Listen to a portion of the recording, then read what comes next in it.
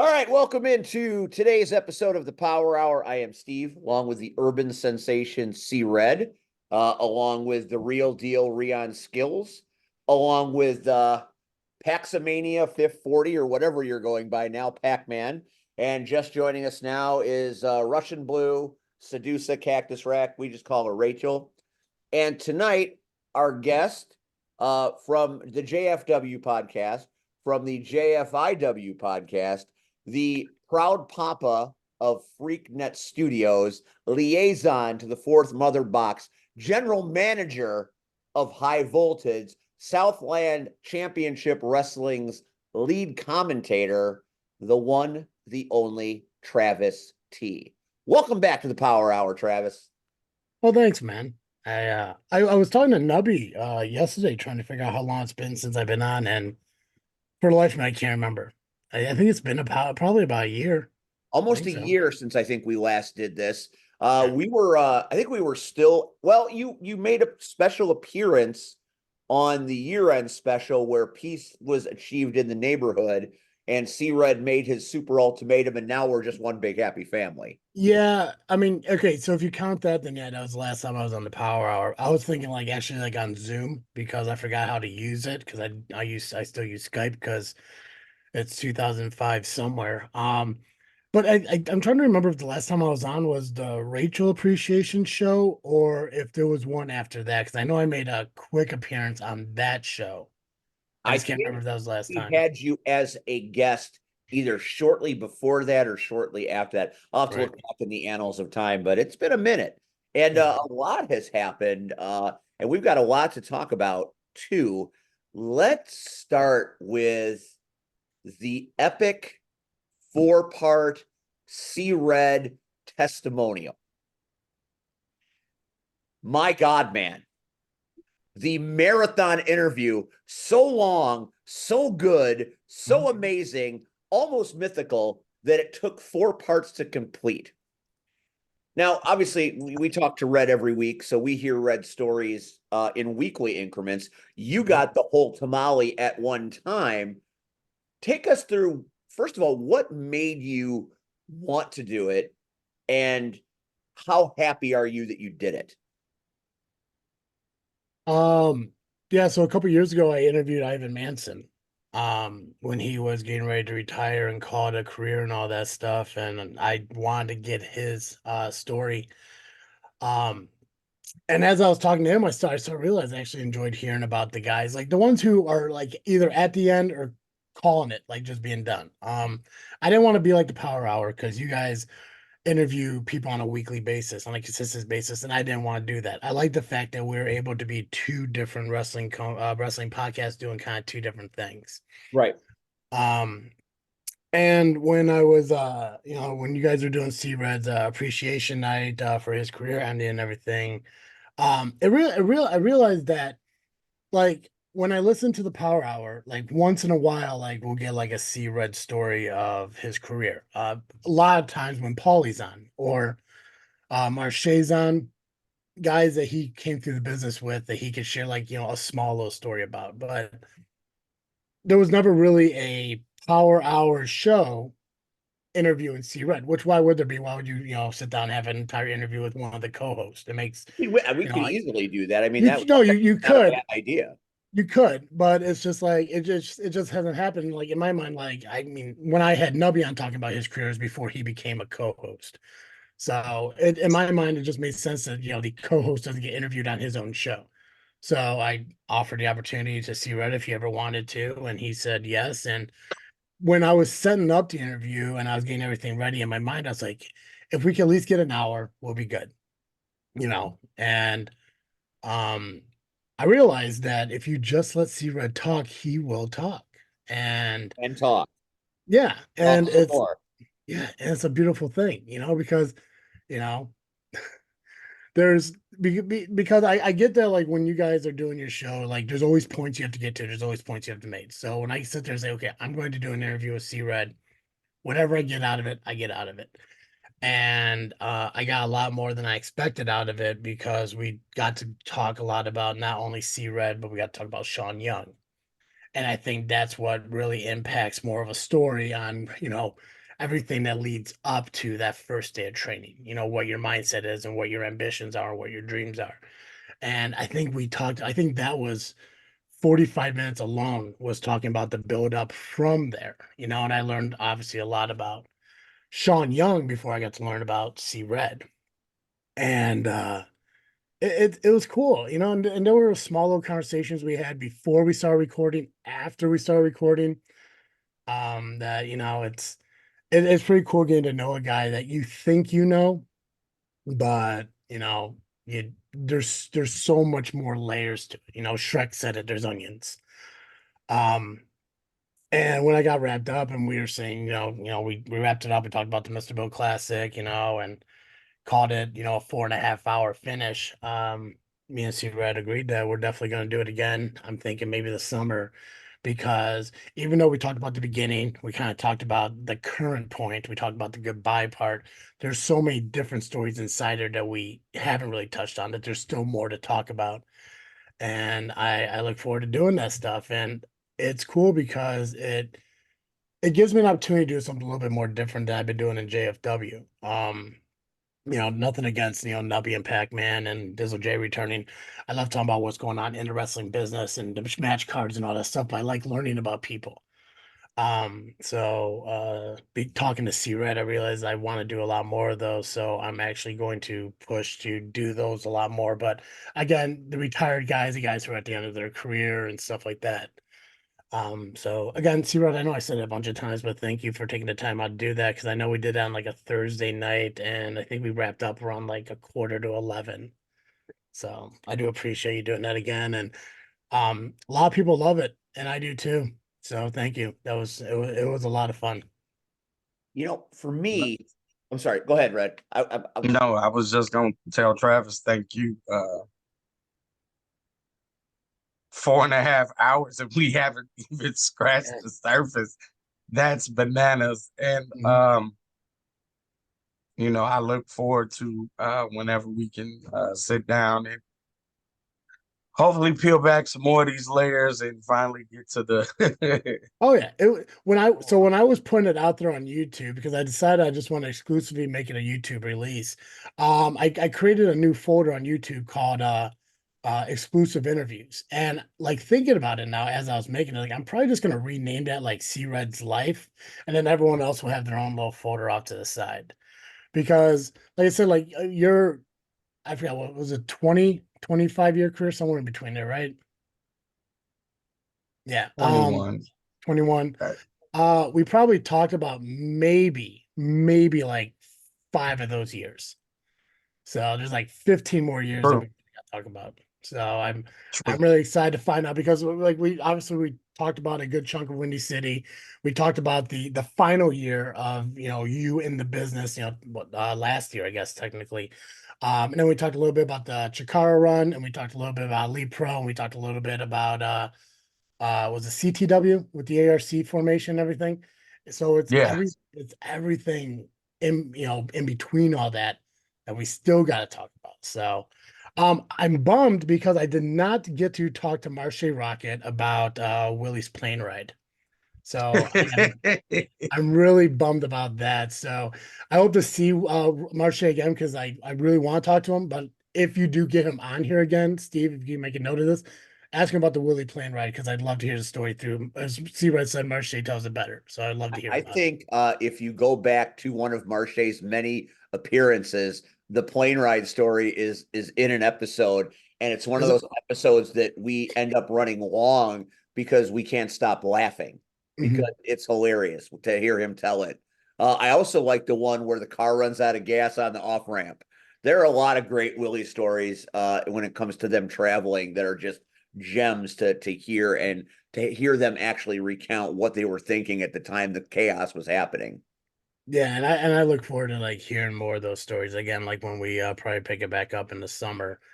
I look forward to the next 4.5 hours, and then the next 4.5 hours, and so on and so forth, until we tell the entire story. So I'm really excited for that. And again, you can thank me all you want, but honestly, it's me thanking you, because you're giving me the content that people want to see. So I do appreciate that.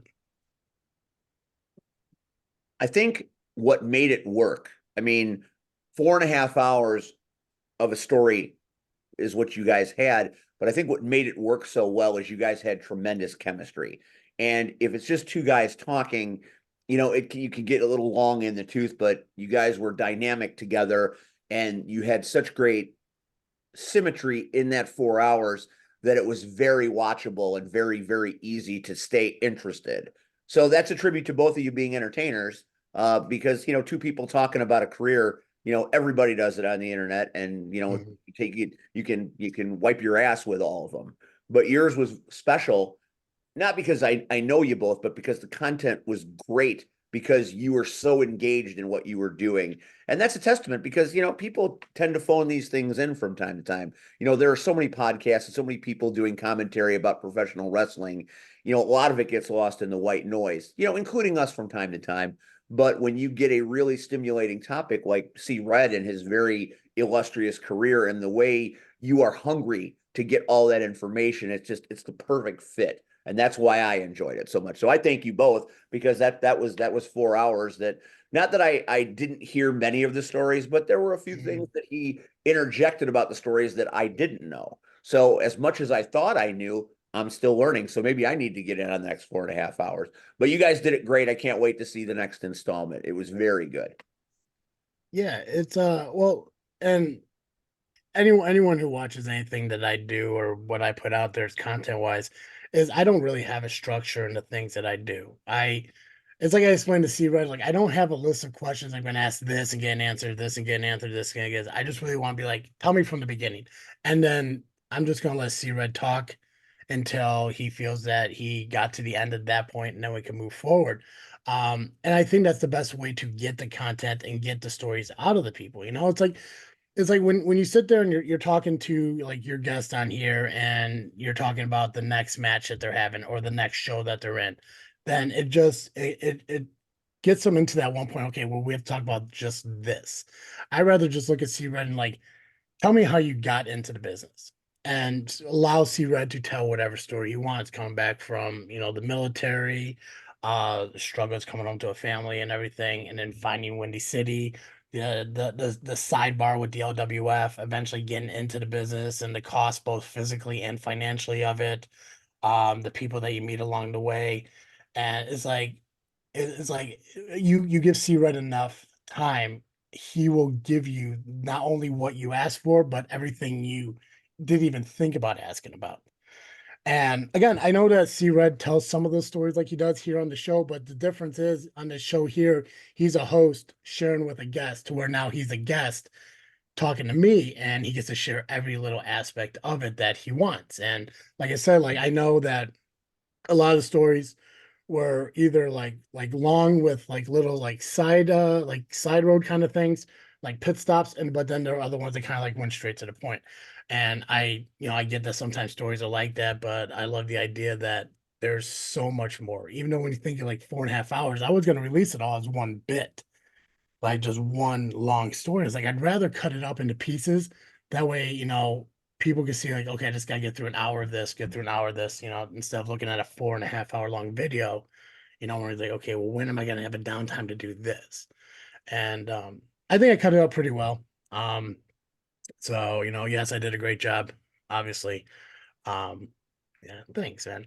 But yeah, it was an incredible thing. I even went back and I've listened to it twice since I released it, just because it's really cool to hear the stories. I still listen to the Ivan stories just because I know about wrestling in from like 2006 to 2009. I know about two wrestling companies, and then from 17 to 24, I know about a handful more. I know nothing about Windy City, and I know very little when it comes to LWF. I knew nothing about Jakara, nothing about Crash Test stuff. So to hear from a guy who spent 2 decades traveling all these places, it's cool to kind of get that perspective of it. That's the same. Just like I said, I love the idea of moving forward and doing this for. Richard T. Sin, who was at the Classic this past weekend. He wants to come on, which I didn't know he knew what a computer fucking was. He's an old dude, but hey, whatever. Um, but yeah, he wants to come on and interview too, and I'm excited to do that with him. And I got Ivan Manson next month. We're gonna do part two. with his return back into wrestling. And so yeah, it's just really cool. There was an idea that I had years ago that I wanted to do like a Windy City panel and get a lot of the people I like, C Red, Ivan Manson, Hunter Payne, Austin Roberts, some of those guys. Maybe Sam DeCero. I know he doesn't do a lot of these things, but I don't know if the conflict with the current Windy City would affect that in any way. So that's kind of been a back burner thing until I could try to figure out a way to do it. So exactly, it's weird and nothing against the guys who put on the Mr. Bill Classic over the weekend, but like when you run a wrestling podcast that talks about professional wrestling, but you are told directly by somebody, do not mention this, that, or the other thing. I try to respect their wishes, and especially with the current company running a show the same night as the Mr. Bill Classic, I think is ridiculous. And the fact that they did that, was messed up. But I understand as like, we don't want to refer to one company while doing another. And but yeah, it was wild. And I guess we'll talk Because he's about a Classic. dick. That's what I keep hearing. I never met the guy, never heard of the dude until this classic came around.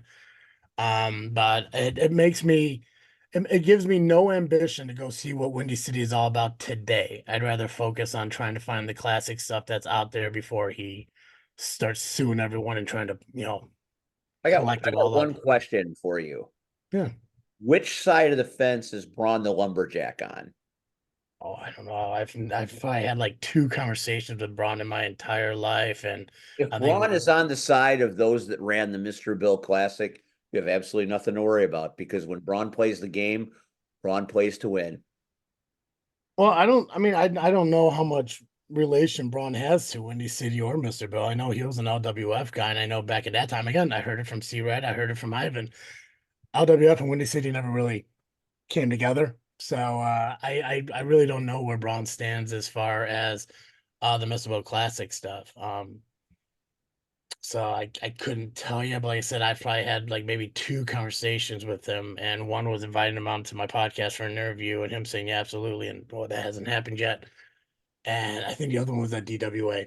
I think I tried to get him to send me match cards for DWA, but they don't really run that often. So I mean, he's not a bad dude, but he hasn't done anything to me. So Um, Another interview thing that you did that I really enjoyed recently, speaking of you doing this interview stuff, is when you sat down with Terry Allen and Hunter Payne prior to the Mr. Bill Classic, presumably in the loft area of the training center. Very, very interesting listen. Those two guys are enigmatic and polarizing at the same time. That's like trying to bone a marlin there, my friend. How'd that work out for you? I thought it was very enjoyable. trying to what? It's a fishing term. Yeah, but what did you say? Bone a Just- marlin? Yes. Okay. I mean, okay. Not Oh, in the way you think I said that. no, but that's exactly the way I'm thinking it because I'm in my day and age, boning means something completely different. We were I had talking a about similar taking situation. I told someone I was going to polish my joystick, and I'm actually talking about a Yeah. joystick from an Atari 2600, not what they thought it meant. So, Look, Okay. man, with all the Diddy stuff coming out, I'm come on. getting very uncomfortable on this That's right. podcast. That's right. That's why you can't text people eggplant emojis anymore because the world's all messed up. sometimes I'm you're just messing with you, vegetarian. Steve. I am just messing with Hey, you. I'm just a volunteer, so don't mind me. I But, just Steven. just a wild Steven. card. But okay, so to bone the marlin, yeah. So I used to do a lot of Southland live streams following the pay-per-view or following the live events and everything. I used to do them on Sunday mornings. And I stopped doing it after December, and it was my own personal decision. That we really don't have to get into. Nothing against SCW. But I just kind of took a break from it because I was just getting burnt out with a lot of the stuff I was doing. And I thought about, it'd probably be best to maybe do one for Windy City for the Mr. Bill Classic. And I was talking to Terry and Hunter and all that stuff, and I was telling them, hey, listen, I'm thinking about doing the live stream again for the Mr. Bill Classic, and I was thinking we could either do a Sunday morning following the event, like I always do, or maybe we could do one a week before the event and do like a match card live stream. Somebody didn't like it.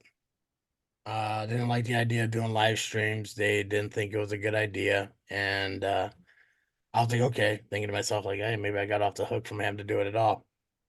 But then they came back and asked me if I wanted to do like a recording like this. And I was fine with it. I wasn't, they obviously, not being very tech savvy, and obviously they're going to be a training. They wanted to do it in person, which I didn't know we are doing it in person. It was a really bad day. I don't know if you really there are moments. So I mean, obviously I could kind of keep my character. I don't know who's gonna watch this, but who gives a fuck?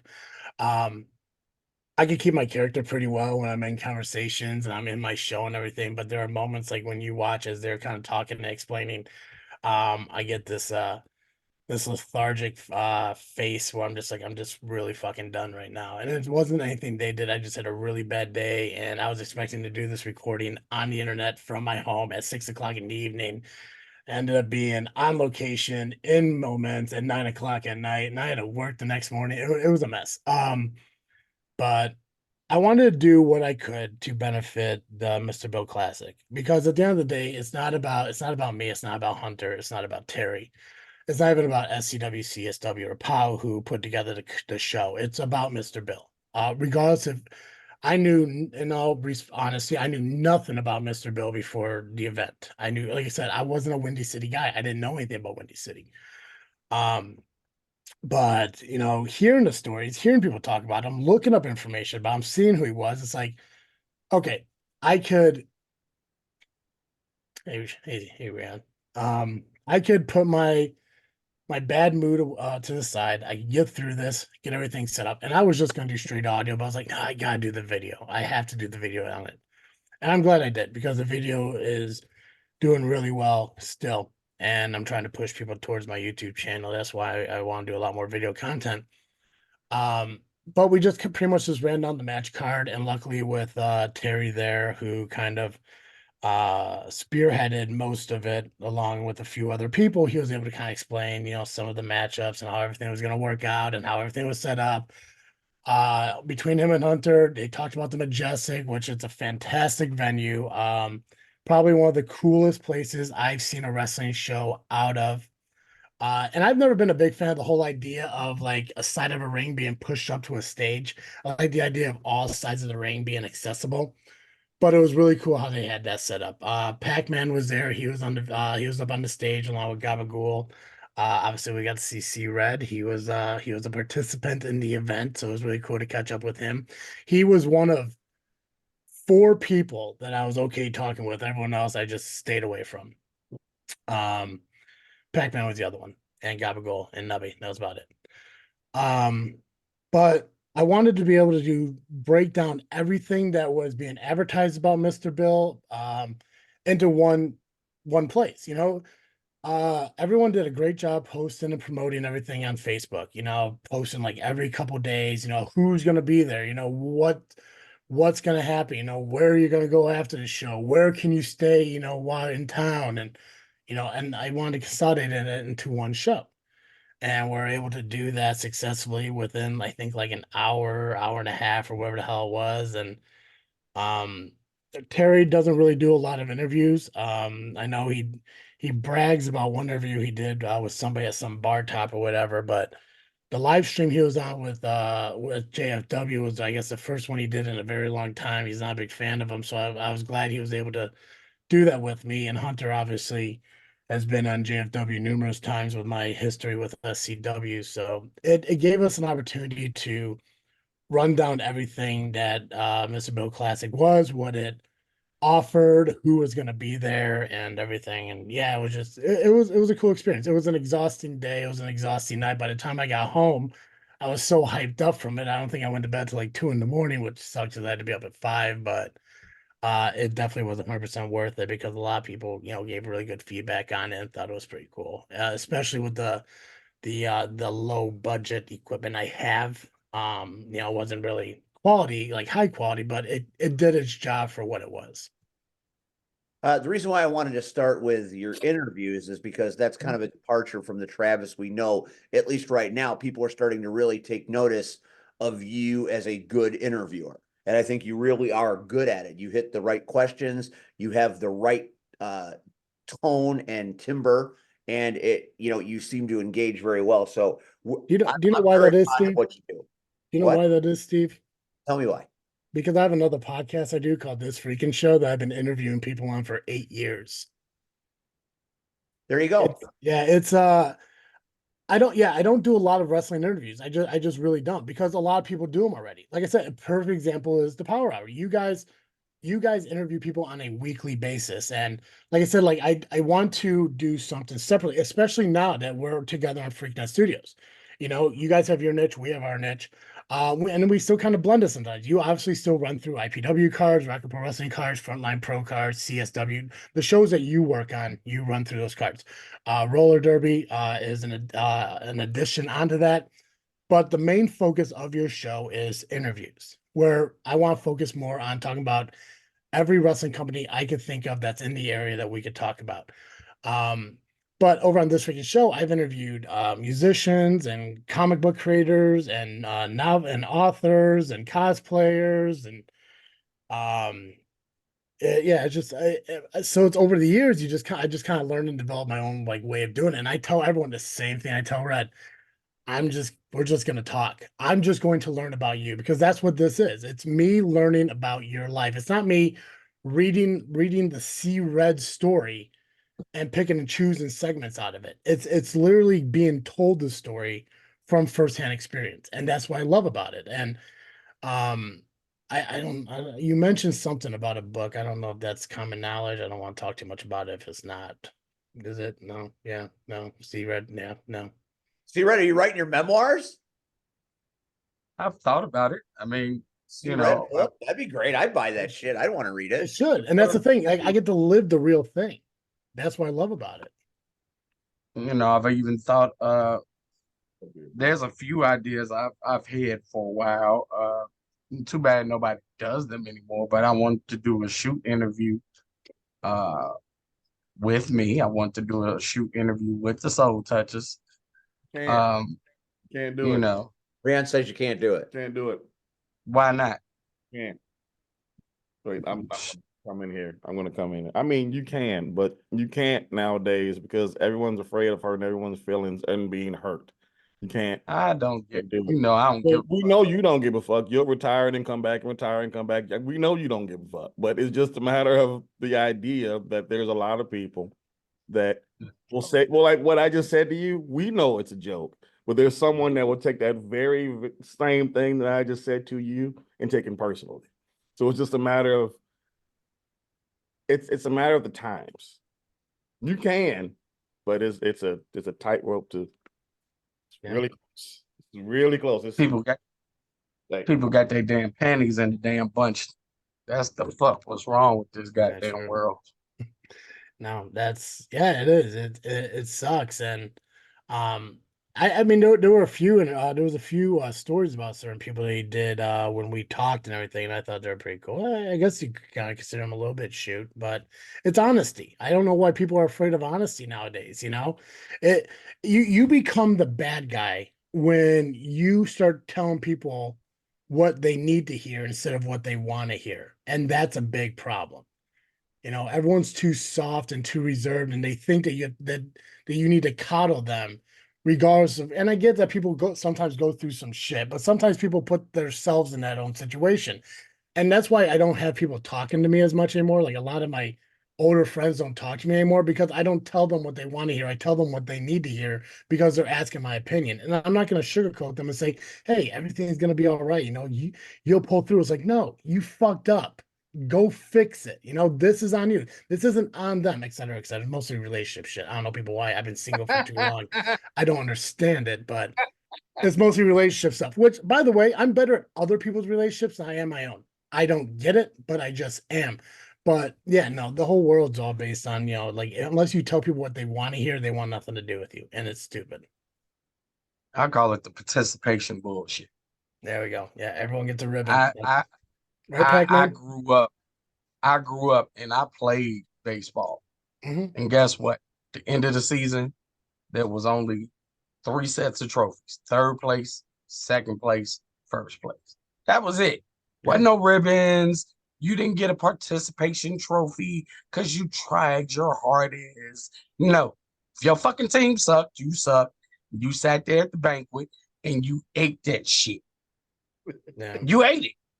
Now, did it motivate you to get better next season? Yeah. Yeah. But shit, you didn't get, oh, here's your little ribbon. Go ahead. Thanks, Timmy. You'll Yeah, you'll yeah. If you can hear me, please put a ribbon on the screen. If you can hear me, like fuck that please shit, find man. the ribbon and put Yeah. it on. Yeah, That which that yeah, it's stupid. Yeah, just I remember when I did baseball, like there was like 6th place ribbons, and when I got them, I'm just like, why? Like, fuck no.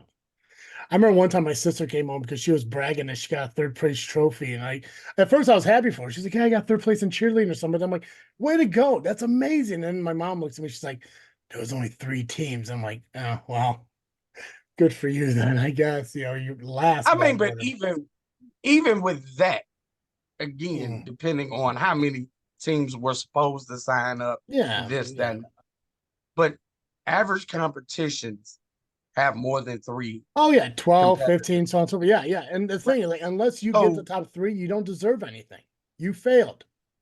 Own it. I mean, have you ever at the fucking Olympics seen the 6th place runner, Good right there. you know, oh, you didn't win, but here's your ribbon. No, motherfucker. You stand to the side, Hey, watch these facts other is 3 accurate right people there. That's exactly what you just said in Mm. trophy form. get their medals and see ya.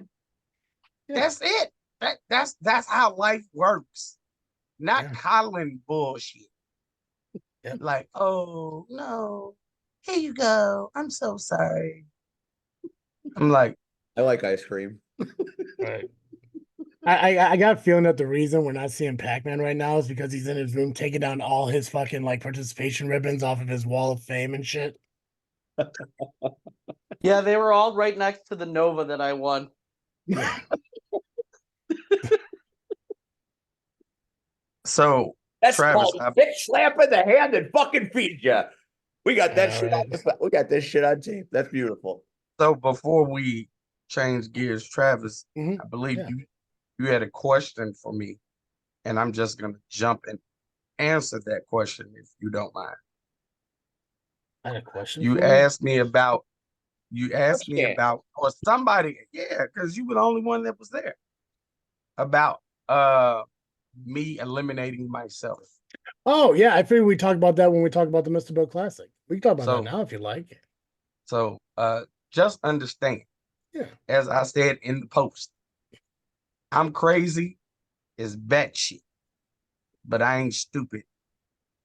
So when you got 4 soul touches and 30-something fucking Brotherhood members, and you standing across the ring, and Ivan looks at you, smiles, and says, I love you, Red. Fuck that. Time to get out. Fuck that. I ain't got time to shake hands and let's have a good time. No. The Mansons? Yeah. Shit. It was weird, and I mentioned it on JFW yesterday. It was goofy when the Brotherhood came out in the elimination tag match to open the Hey show. Travis, there can was- I interrupt you for 1 second? Of course you would. I'm just this is I the- mean, of course you could. Sorry, yeah, have this it. is the part of the show where we're gonna get everybody caught up on the Mr. Bill Classic and Mhm. Travis continue. Okay. So it was first off the weird thing I was talking about, and then I guess I could talk about the matches in a way. So when the Brotherhood came out in the beginning with the opening match of the like 8-team 6-man tag, whatever, there was only like 4 or 5 Brotherhood members. Hmm. And somehow once you got to the end of the night in that battle royal, there's like a dozen of them. So like somehow a team that hasn't been active in a very long time somehow doubled in size or tripled in size through the course of the entire night. But we're gonna do I- that in a few minutes. I don't get it. I didn't understand it, but it happened. I understood why you jumped out. I guess I'm more curious about, you running around the ring and kissing cheeks and then running away. Well, who wouldn't want to kiss cheeks? Shit. I mean, I get it, but it's just like, I mean, I get that you wanted to get out of harm's way, I but got the hell out of Dodge. So, but yeah, who wouldn't want to get? I'd have kissed her and Mistress D, but it was too many masses around Mistress D, and Cheeks was right there. So, hey, be the antagonizers. Why don't you? how Maybe they'd have followed me. before Saturday, how long has it been since you, Jazz, Marche, and Willie came out together? Oh shit. Shit. Damn. Ooh, shit. All together? Yeah, yeah. It wasn't Lee? It could have been Lee Pro or Chikara, right? It had to have been before, after that. I'm sure there's some. So, no, it was Shakar, Okay. but it was probably 5 years ago. Oh wow. Yeah. Also, Yeah. you didn't come out to Soldier Boy. Kind of bummed out about that. So they didn't ask for music for the Royal. So when we found out that because I knew there was no way we were all gonna put 70 people in it. So when they broke down the groupings and Mhm. they told us, oh, okay, well, it's the Soul Touchers. And it was like, oh, okay. Now I would have preferred our music because I would have too. here's the funny part, and Steve Mhm. likes to hear. Oh, Um, I heard something I recognize. Oh, I we're got you. in the Nice to you. we're in Gorilla, and the first thing Willie says is, we ain't coming out to that stupid ass song. And I was like, no, ain't nobody asked for music, so and I Mhm. didn't bring it. So um and then Jazz, like, I guess he wasn't paying attention. Jazz, like 30 seconds later, we coming out to that damn song. No, because ain't nobody asked for it. Shit. Like, understand, I get it, it's dated, but Mhm. it's the song that got Got us it. over. So, Yeah. I mean, it might get flagged. We'll see. you know, and to kind of so I can explain one thing at at the beginning of the show. So you saw Hammer come out with Chi-Town T, Yeah. Willie, and I'm not sure who their third member was. It was Chi-Town T, Hammer, Willie the Bomb Richardson was the Chi-Town Syndicate. Yeah, but Chi-Town didn't wrestle.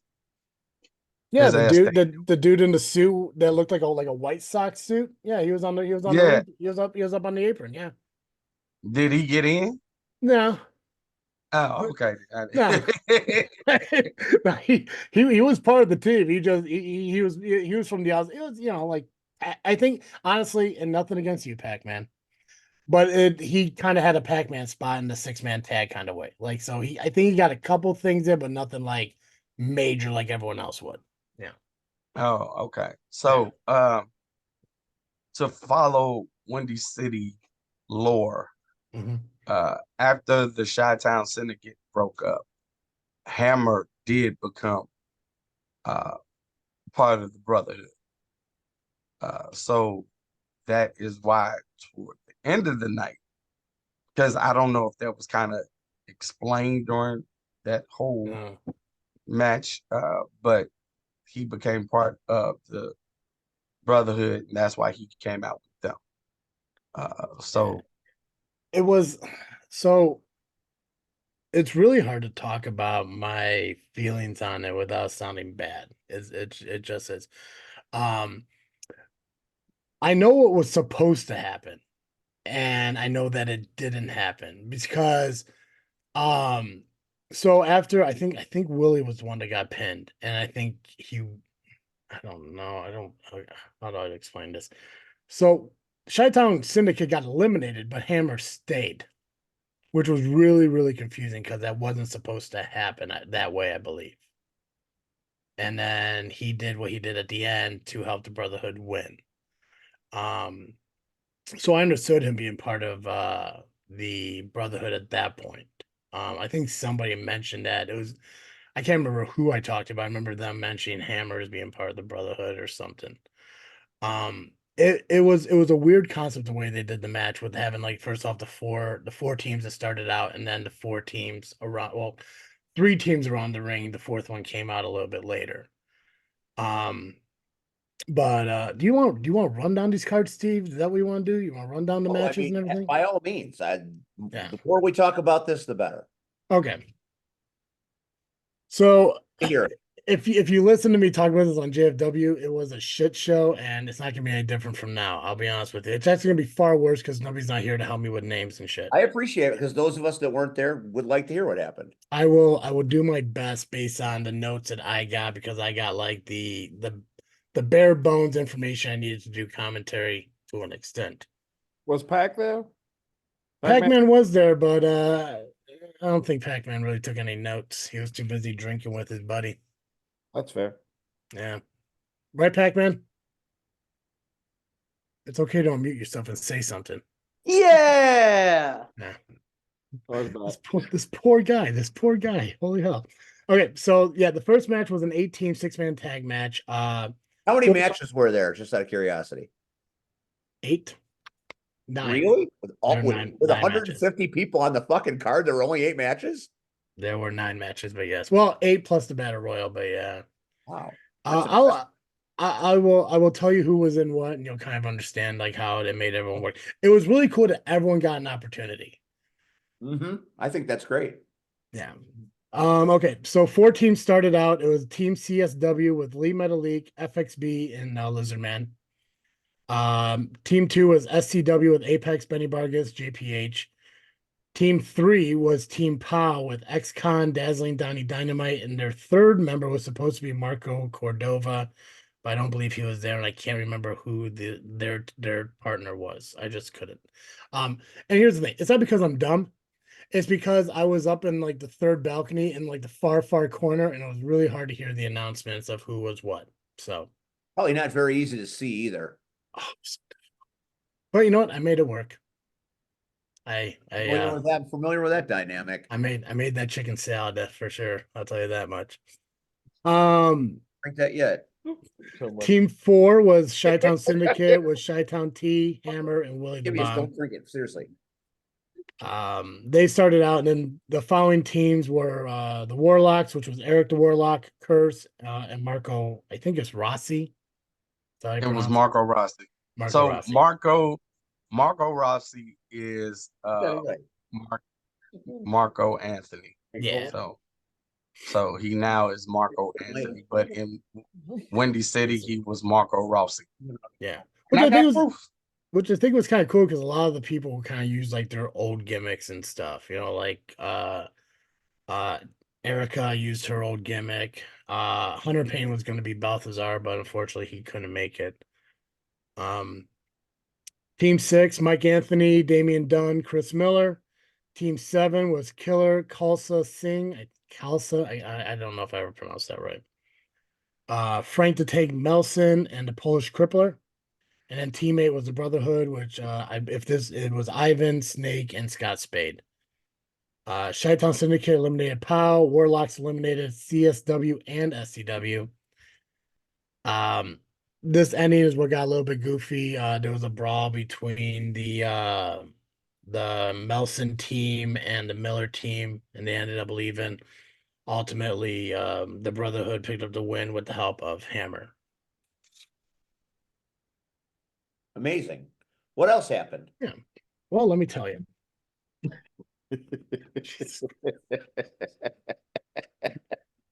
Match 2. Yeah, go ahead, Rian.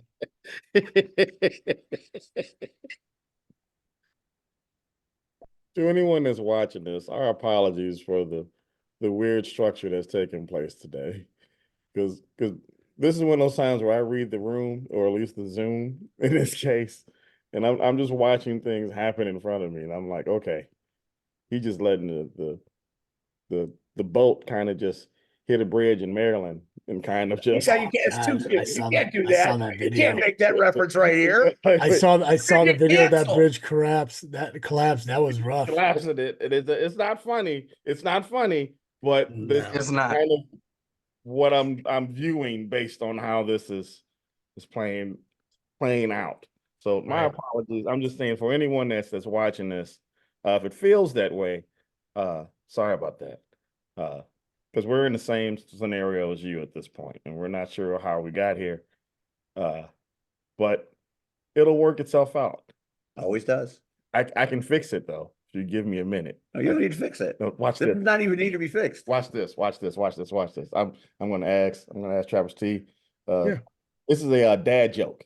Okay, ready? Okay, go for it. Okay. What has 5 toes is not your foot? What's that? My foot. Perfect.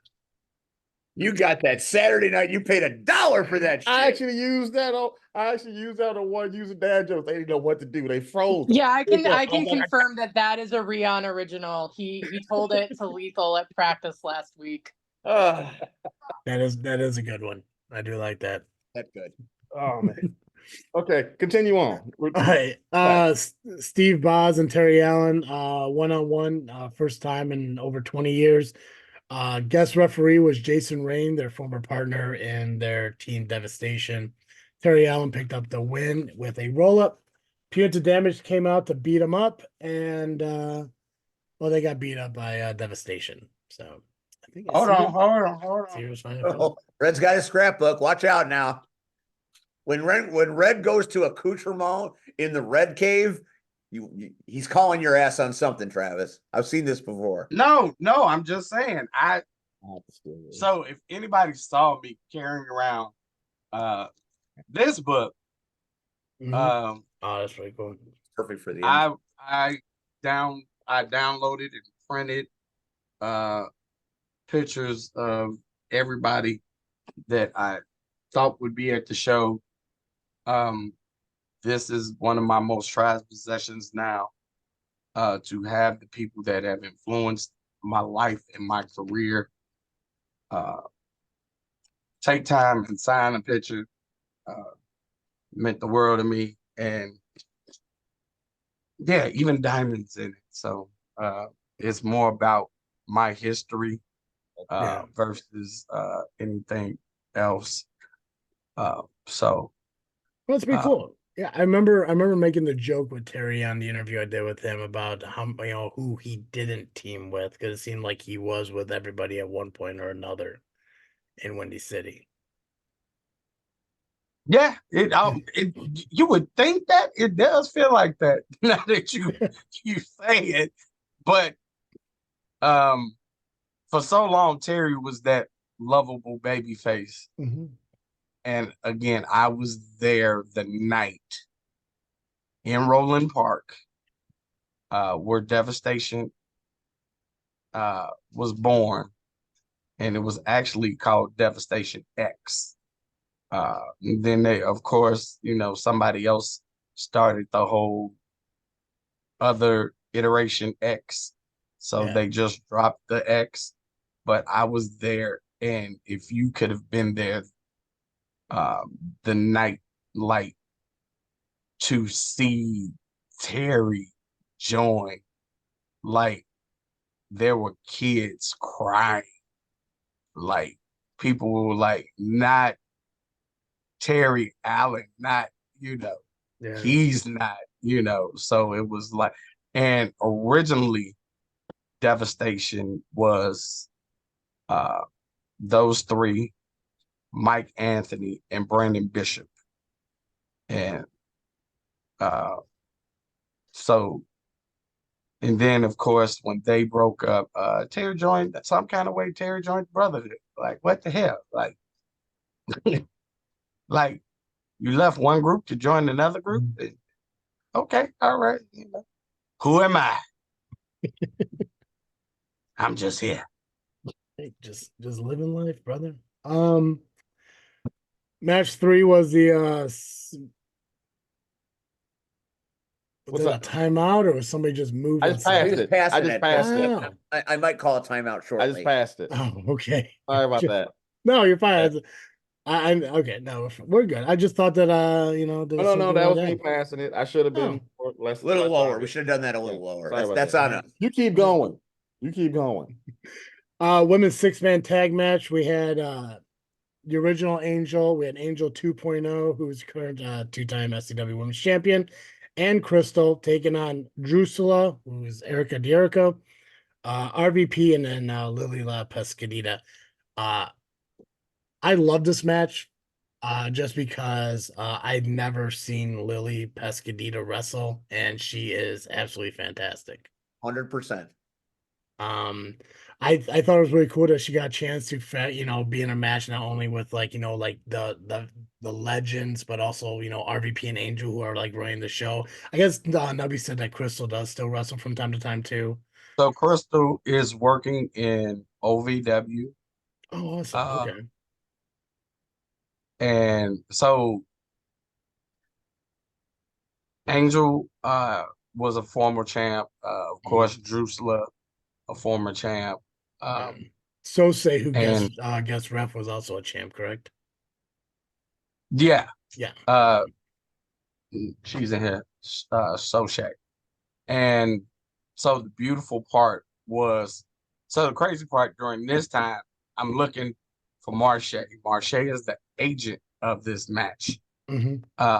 But I'm thinking he's in the balcony watching, Yeah. because we're looking for Marche. I'm running all over the damn building. Didn't think to go to Gorilla to see. And I got to see a glimpse of this match. I must say, I was very proud of Renee. Yeah. Renee came in like a house of fire, and Renee showed why she's one of the top women in the Midwest and probably one of the best unsighted stars in the country. So Yeah. she made me real proud. It was really cool because I mean, like it. And how do I say this nice? Nah, it's fine. It's fine. I think for the match, I think if Marche booked it the way it was shown, he did a terrific job on it because everyone got to kind of showcase who they were. Obviously, like I said, Pescadita being an up and comer, she got a lot of cool offenses, especially when Chris Miller came out and got involved to do the dive outside the ropes. But also, like you said, RVP did phenomenal. I think Angel did great, and Angel 2.0 did great, and it showed them why they are the current women's division. And the spots that the original Angel got in, and Drusilla, who I guess is kind of coming back into the business a little bit, and then Crystal from OVW. I think everyone got a good opportunity in this. Angel 2.0 did pick up the victory. Why wouldn't she? She's the reigning two-time SCW Women's Champion. So, and I wasn't paid to say that. I chose to say that. Which by the Keep way, going. Keep it going. Oh, or not. go ahead, man. I have a question. You may have just answered it, but I'm just curious for those that were there. What was your favorite moment at this oh so prestigious hallowed event? Like overall, Overall, just what about Saturday night in Kankakee made you say, wow, this is the most special night I've ever been a part of? Just curious. the Metro Division Championship match. Red? I thought that was the best thing out of all of it. For me, there's two. Of course, one involved me when Ivan said, "I love you, Red," and I got the fuck out of Dodge. No. Outside of Proves you're that, smarter than Ric Flair. right. And the other, it was for the SCW title match. And I'm all about stupidity. So to watch Mulligan get his head handed to him in the beginning and leave. And so everybody's thinking the the three-way is now one-on-one. Mhm. And like he literally left for like 7 to 10 minutes. Like he's gone nowhere. And he comes back, he's been at the bar. Yep. And he comes back and he's had his beer down and tried to sneak 2 pins in. And then I decided to mess with him and take his beer and kindly move it to the side. So if he went looking for it, wasn't there. I wasn't gonna give Popeye his spinach. Damn it. We're not drinking Guinness. No. So if I ain't drinking Jameson, ooh, he need to get a new bottle of Jameson. Ooh, that's all I'm gonna say. Yeah. How I mean, about you, Pac-Man? What about you? What was your favorite moment, Pac-Man? You were there before you were. So, What was your favorite moment? so I think getting to share that with Gabagool, just that experience on its own. Gabagool used to go to a lot of Windy City shows back in the day, so a lot of these guys were guys that he grew up watching. He showed me, Red, Travis, and Turtle a picture of him at a Battle of the Belts with Christopher Daniels after the show when we were down at the bar. So like getting to watch him like be that After kid the belt's again. 19. Was that 19? I think it's 19. Okay. It But- was the but- night that Marche turned heel. Got it. Okay. But getting to experience that with him because I never got to like go to a Windy City show with him when we were kids. But, getting to share that with him was very, very special. That's cool. That's a good moment for you, and I'm glad you got a chance to experience it. Travis, you were going to talk about the CSW Metro Division title between El Sueño Iniestra and Rafael Quintero, the Diamond in the Rough. I am privileged to see them regularly. Tell me what you thought.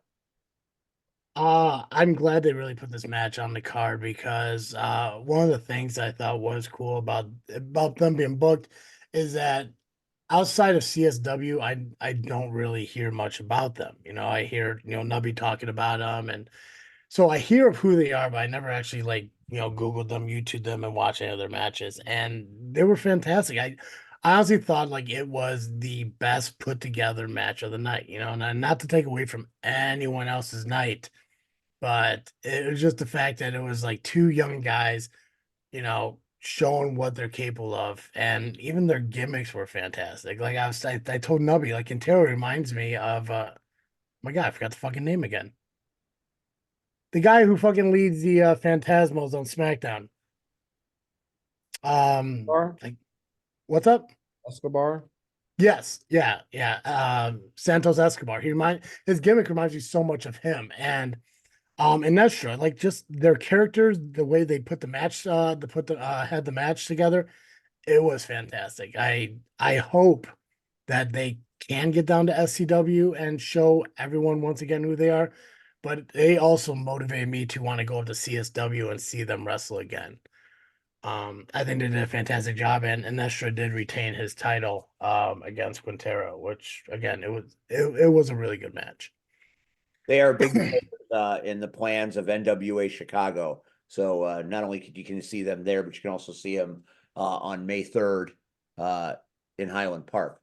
Give me your final thoughts on such a worthy cause to a man that meant so much to so many. I think what they did was really cool. I honestly believe that maybe there was just a little too much at time. It was, I think, for everyone like C-Red and Terry and all the Windy City guys to be together, because God knows how long it's been since you guys had an opportunity to be together like that. It's cool to have that moment. It's cool to come together for Mr. Bill. For me, it was just really rough because I was trying to get back from having bronchitis. I was up in the balcony all night. My inhaler went out. It was just a really rough night for me. So I couldn't really enjoy it as much as I wish I did. But for what I could have enjoyed, I really did have a good time. And like I said, I think the Majestic just was the perfect place for it because it gave that aesthetic to what you were looking for in a classy thing. And the fact that Mr. Bill's son was the winner of the battle royal at the end of the night, I thought was a really cool tribute that they did for him too. And the fact that Waldo exists in reality was kind of interesting as well. So oh, and C-Red, I thought it was pretty cool that D'Angelo Steele was in that battle royal. I thought that was pretty fucking cool. Yeah, I thought that was an awesome Yeah. thing. So I'm sure people who follow me saw I was having a rough end of my week. Mhm. And I went to bed and I've never dreaded a show. And literally, I dreaded going to the show. But by the time I woke up, I didn't have time to think about it, like, because I woke up so late. And it was like, okay, I got to get up. I got to pack because I got this person I got to get. I got to get Damien done. I got to get Jamie. Okay, I got to get here. Then we got to get there by this time. And I had no time to be in my head. Yeah. And then to get there and see all of these beautiful people, Stud Muffin, Curse, Hammer, the Turbos, Ripper, Psycho. I mean, just again, guys, and the list goes on and on. Nobody knew Cinnamon was there because she showed up late. Just people that I love, I adore. And the first person was Hammer and his son. And I've literally watched his son grow up on Facebook. Literally. And to finally see him in person and tell him what his dad means to me, and like that was a moment, like, for me. Because again, it took me back 30 odd years again, where I was just sitting in the seats. Yeah. Just sitting in the seats. And all these guys that I kept saying, I want to do this. I want to do, nah, I'm not, but they made me want to, So for me, it was the therapy I needed that night, to hang out with all these wonderful people, to hang out with you afterwards. I wanted to stay. This is the one time y'all can blame Jamie, because I wanted to stay. I wanted to hang out and party. And I didn't get in till 2:30, let alone go to bed till 3. I wanted to shut Flanagan's down. Like, that's what I wanted to do. But knowing I had to drop people off, Yeah. and the police were out. So the troopers were out in force. They were deep on 57. Like, they was waiting for folks. Like, yeah, we getting everybody tonight. And I drove like somebody grandmama. I was gonna say, with all due respect, there were a lot of you that showed up down. So that normally wouldn't be around. There were a lot of people that showed up that normally wouldn't be there. So they probably saw the traffic. It's like, we probably should pay attention to stuff. The one thing that I think is unfortunate about the Majestic, and first of all, the Majestic's fantastic. Schuyler Avenue, though, there's a lot of bars on that strip if you keep heading south on it, or is it east, is whatever, keep heading down the road.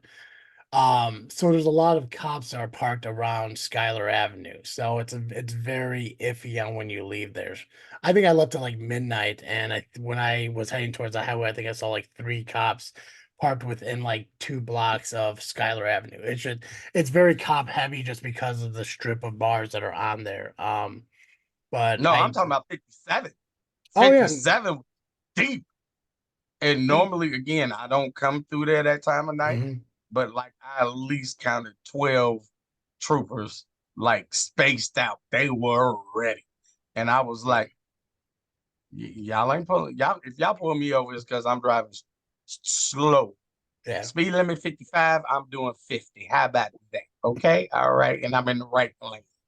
Thank you very much. We're gonna get back to 94. All right. Thank you. But it was, to me, it was a great night and I needed it. Yeah. I wish I could have enjoyed it more. I just was not feeling the best. And God, even walking up to those stairs on the third balcony, I was just so out of breath that it's, and I'm not great in crowds to begin with. So like even getting like my badge from Terry when everyone was in the hallway looking at the paper and all this stuff, and I'm trying to squeeze through, and it's just an overwhelming feeling where I was like, I just want to get away from people. I just want to, and I felt like a dick because I didn't really shake anyone's hand. I really didn't introduce myself. I didn't do any of that. And I wish I did, but I just was not in the mindset. I really didn't want to be there. Like I wanted to message Terry and say, listen, I'm not making it, but I don't want to be that guy day of, bailing on, commentary and leaving Chris, in the lurch or whatever the hell you call it. I'm glad I didn't pass it up. Even though it wasn't the greatest day, it was still a pretty cool event. And I look forward to the Majestic being a consistent place for SCW going forward. So Yeah, that was my next thing. The Majestic is gonna be basically the new Steam Hollow outlet for SCW when they stray outside of Shabant's. You got another show, Travis, coming up pretty soon at SCW, Hangover. Take us what from the Mr. Bill Classic is gonna spill over into Hangover? obviously Drusilla, everyone knows is Erica Dierico. She has her issues with Angel, so I expect that to continue on. I know Angel and Erica haven't really crossed paths as much as Angel was hoping for, so that may happen.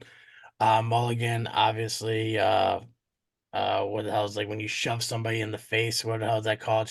What the hell? He shoved Creed. He didn't like the fact that Creed won the match. Creed punched Terry in the face, which was fantastic. That was probably one of my also favorite night moments of the night. The guy who gave up his presidency gets punched in the mouth by the guy who he did it for. I think that was amazing as well. Dysfunction's coming back. The thing that was also kind of cool about the Mr. Bill Classic is that it doesn't matter if it's POW, CSW, SCW. There's small things about it that would flow over into their companies, but nothing really is building off of that story. Obviously, Acid Jazz is now number one contender after he beat Koa for his Midwest title again. Obviously, Inestra defended his title, he's staying with it.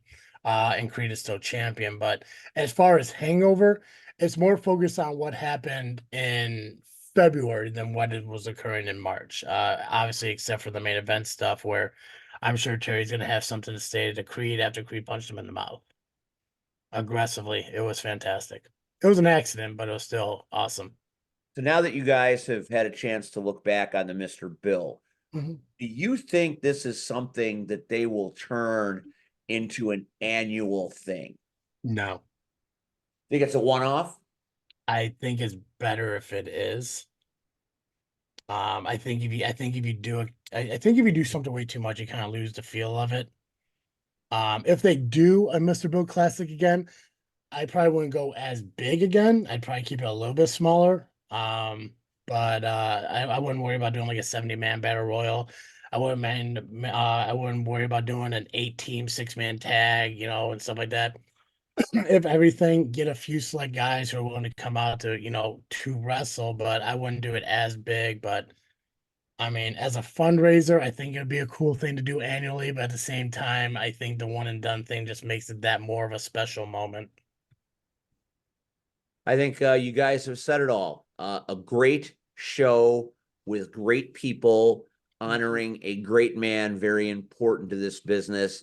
As I posted on social media, the historical significance alone gave it a mystique all its own. And I'm glad to hear that it was well executed and everybody had a really good time. And, I think everybody will walk out of there always remembering it. Whether they were in matches, whether they were fans, whether you got a chance to see it or not see it, you'll always walk away from it with an opinion of it. And I think that's good for the business. So I'm pleased for you guys. I'm glad you had a good time, and thanks for recounting it with your passionate tales, because it's good to, having not been there, it's good to hear that it was a great success. I knew that it would be. Well, it will be released on the SCW YouTube channel next month, so you'll be able to watch it if you want to check it out. Yes. I want to move into something we don't normally do here. We're going to talk about the knockouts here in just a little bit, but before we do that, I want to talk about something we don't normally talk about on this show. Did we get a chance to see WWE Raw last night? Yes. It was right No. there in the action. I know No. you, Max, and I know how inspired you were when Final Boss Dwayne showed up, and that was a pretty magic moment. As it was going off the air, we all saw what happened. How do we feel about that? Oh, I loved it. Understand, I went to the Bulls game. So How when did the fucking Bulls lose the goddamn Wizards? What kind of shit was that first half? so if you watched the game, I you watched would've the saw- game. They sucked that first So- half. That was some bitch ass. No, it wasn't even the first half. That was the first quarter. Dude, the first 5 minutes, they were getting smoked like a blunt. And they came back and they fought and they lost by 2. I mean, so Hit a entertaining. shot. It was an entertaining game. But trust me, so I got back. So I did not know the CM Punk moment had already happened. I figured they would save that for the end. So I rushed in, turned on the computer and turned on, and I'm like, oh, I've missed it. Okay. And I see Cody hitting Jimmy and throwing him out the door. And then I see him laying out Solo, which I have a problem with, but that's another day. But then the boss whooped his ass. I honestly thought he was gonna throw him into the parking ditch. I thought that too. He was going to throw I him did over. too. I I was thought, kind of hoping for it. yeah. I was like, throw him over. I was like, they got Cody some was pads Darby over there. Allin. That would have happened. If Cody was Darby Allin, he'd have thrown that shit over. I loved it. Again, I listened to other podcasts. And of course it's blowing up everybody's social media. A lot of people are saying that's the best Raw in 10 years. Writing wise, which I probably would, from what I did see after going back on YouTube, I would agree. I think they are making this build up so much better. Because let's be honest, we all kind of figure out we know what's gonna happen at Mania. Like Cody's not going 2 times in a row and lose. Like we know he's not. Now if they do it, I'm not gonna complain because I'm all about acknowledging him. But I loved it. And I mean, for it to happen here in Chicago and to make it so bad, it was raining. Like, I know, hey, Dwayne, I know he was pissed. Like, I don't care what nobody says. Like, he knew what he had to do, but to go out there, both of them, like, instantly was like, somebody take this shit to the cleaners. Like, because they were all in puddles of water, and I'm like, Yeah, "Ooh, Chicago all-" said, I don't care, I'm the star. right? It's like that Chicago weather was like, it's about me, baby. I'm the final boss. So, Yep. Travis, you? Um, I liked it. I kind of wish, I guess thinking about it realistically, I would have done that next week because now you got like 3 shows of two SmackDowns and a Raw to kind of play off of it. But if you did like the following, like, Monday, it's a shorter amount of time to have to play off of it.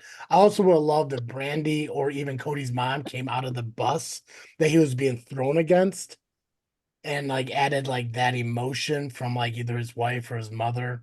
I Can I think that offer would a like added to prediction? it. Yeah, go for it. It's your show, Rock man. is supposed to be in Brooklyn next Monday. Hmm.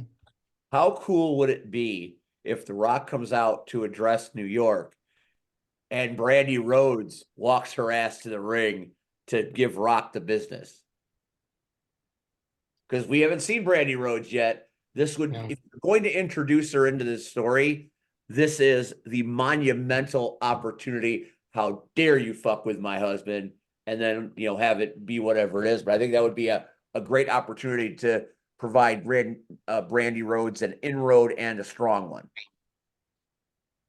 Yeah, I mean, I think if you include her, it definitely like it comes down to like emotions, and that's what I think The Rock was trying to portray when he kept saying Cody's mama and Cody's mother and stuff, and the fact that he took off one of those weight belts and it said what Cody's mom or Cody's mama or whatever along the Mama side of it, Rose. Mama Rhodes. I mean, it's trying to get that emotion behind it, and it's shown a darker side of The Rock that.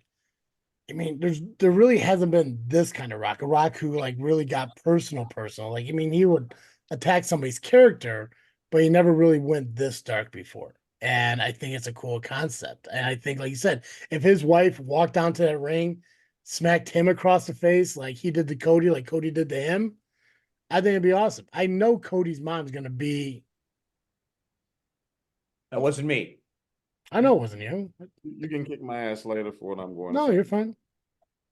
There was one time that he did it and they shied away from it. And that was with him versus Mankind in the I Quit match.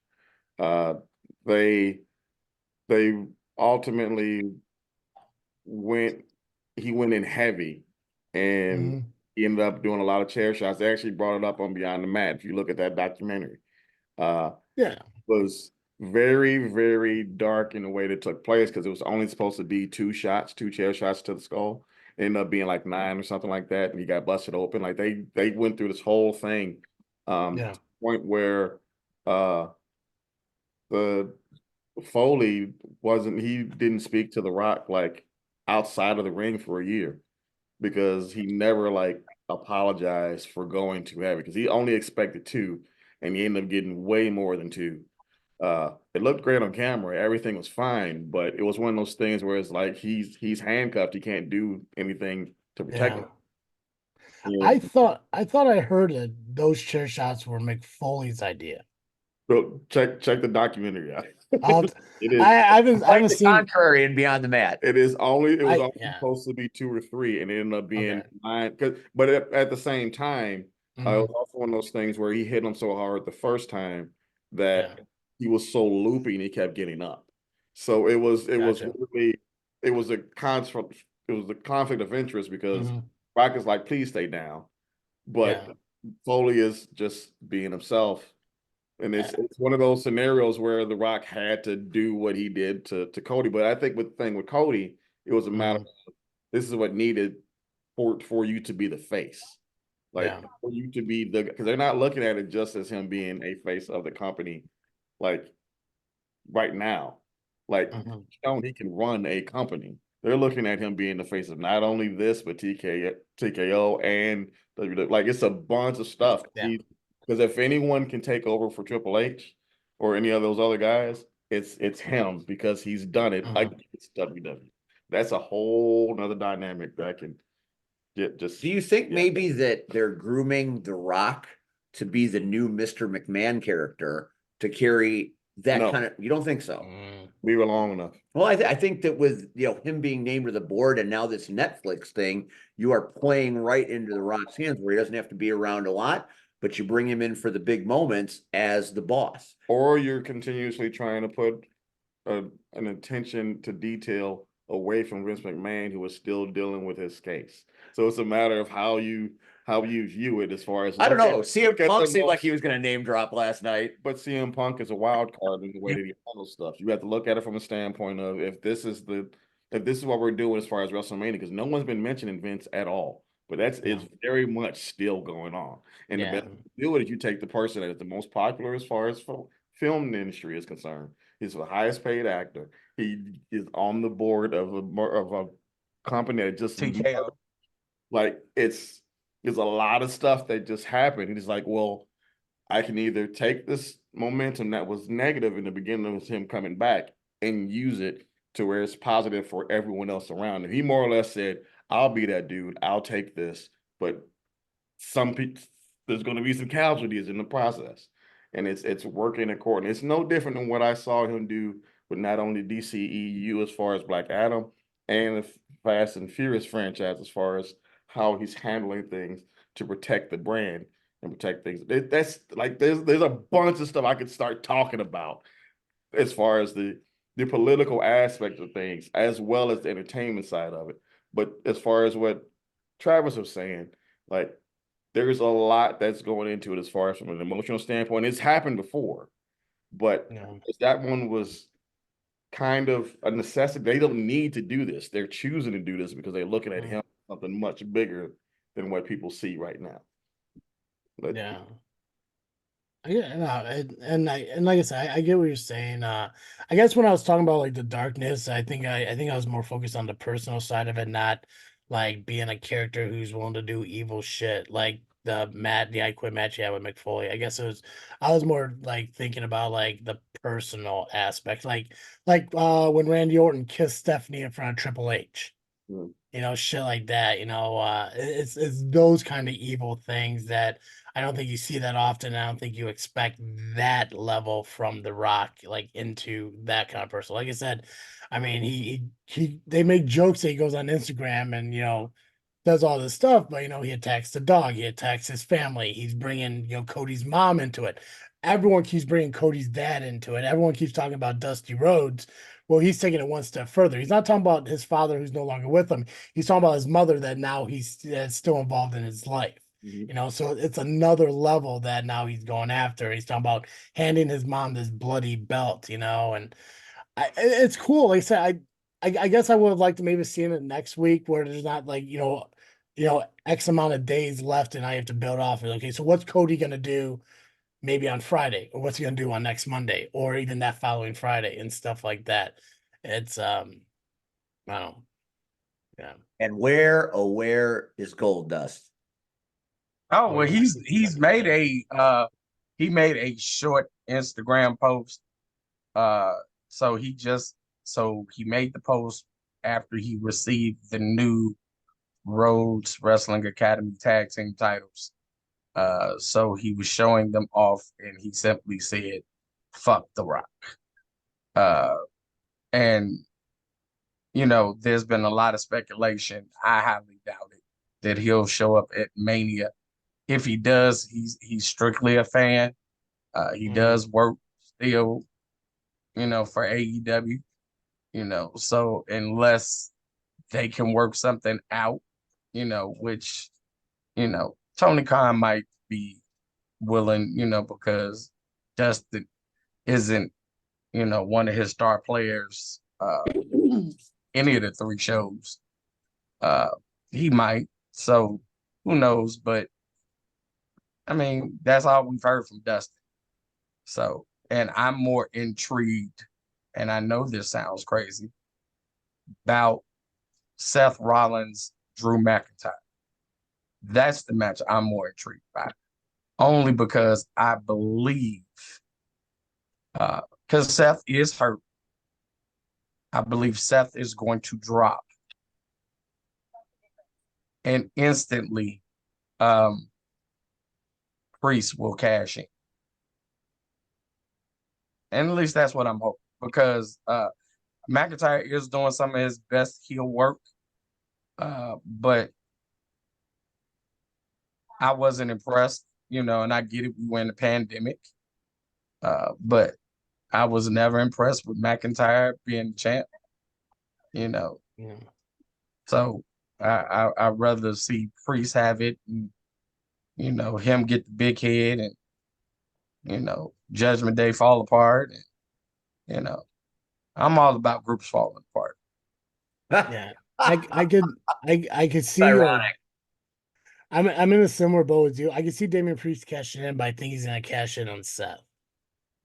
It's weird because like when I look at all the title matches that are happening at WrestleMania, every single title match except for the tag title match, or I'm sorry, not actually even including the tag title match, every title that's on the line seems like it makes sense for it to change hands. Bailey with Io, Becky with Rhea, Seth losing it to a cash in, and obviously Cody winning. I don't think it's all gonna happen, but it seems like they should happen. But I think I think him and Finn will lose the tag titles, and I think he'll cash in on Seth Rollins, and there'll probably be a triple threat at Backlash France or whatever in May. Hey, we got a little WWE talking tonight. Isn't that fun? All right. So, Travis, you want to talk a little roller derby with us? I'm here.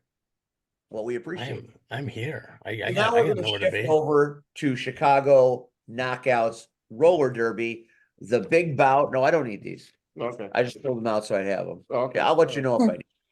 We're gonna let our resident Russian Blue, who made a triumphant return to the HF Auditorium this past Saturday night.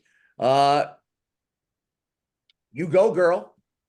So I'm going to flip this on you, Steve, because as you know, as I've said before, when I'm playing, I'm just trying to survive. So I want you to ask me specific questions. That's fair.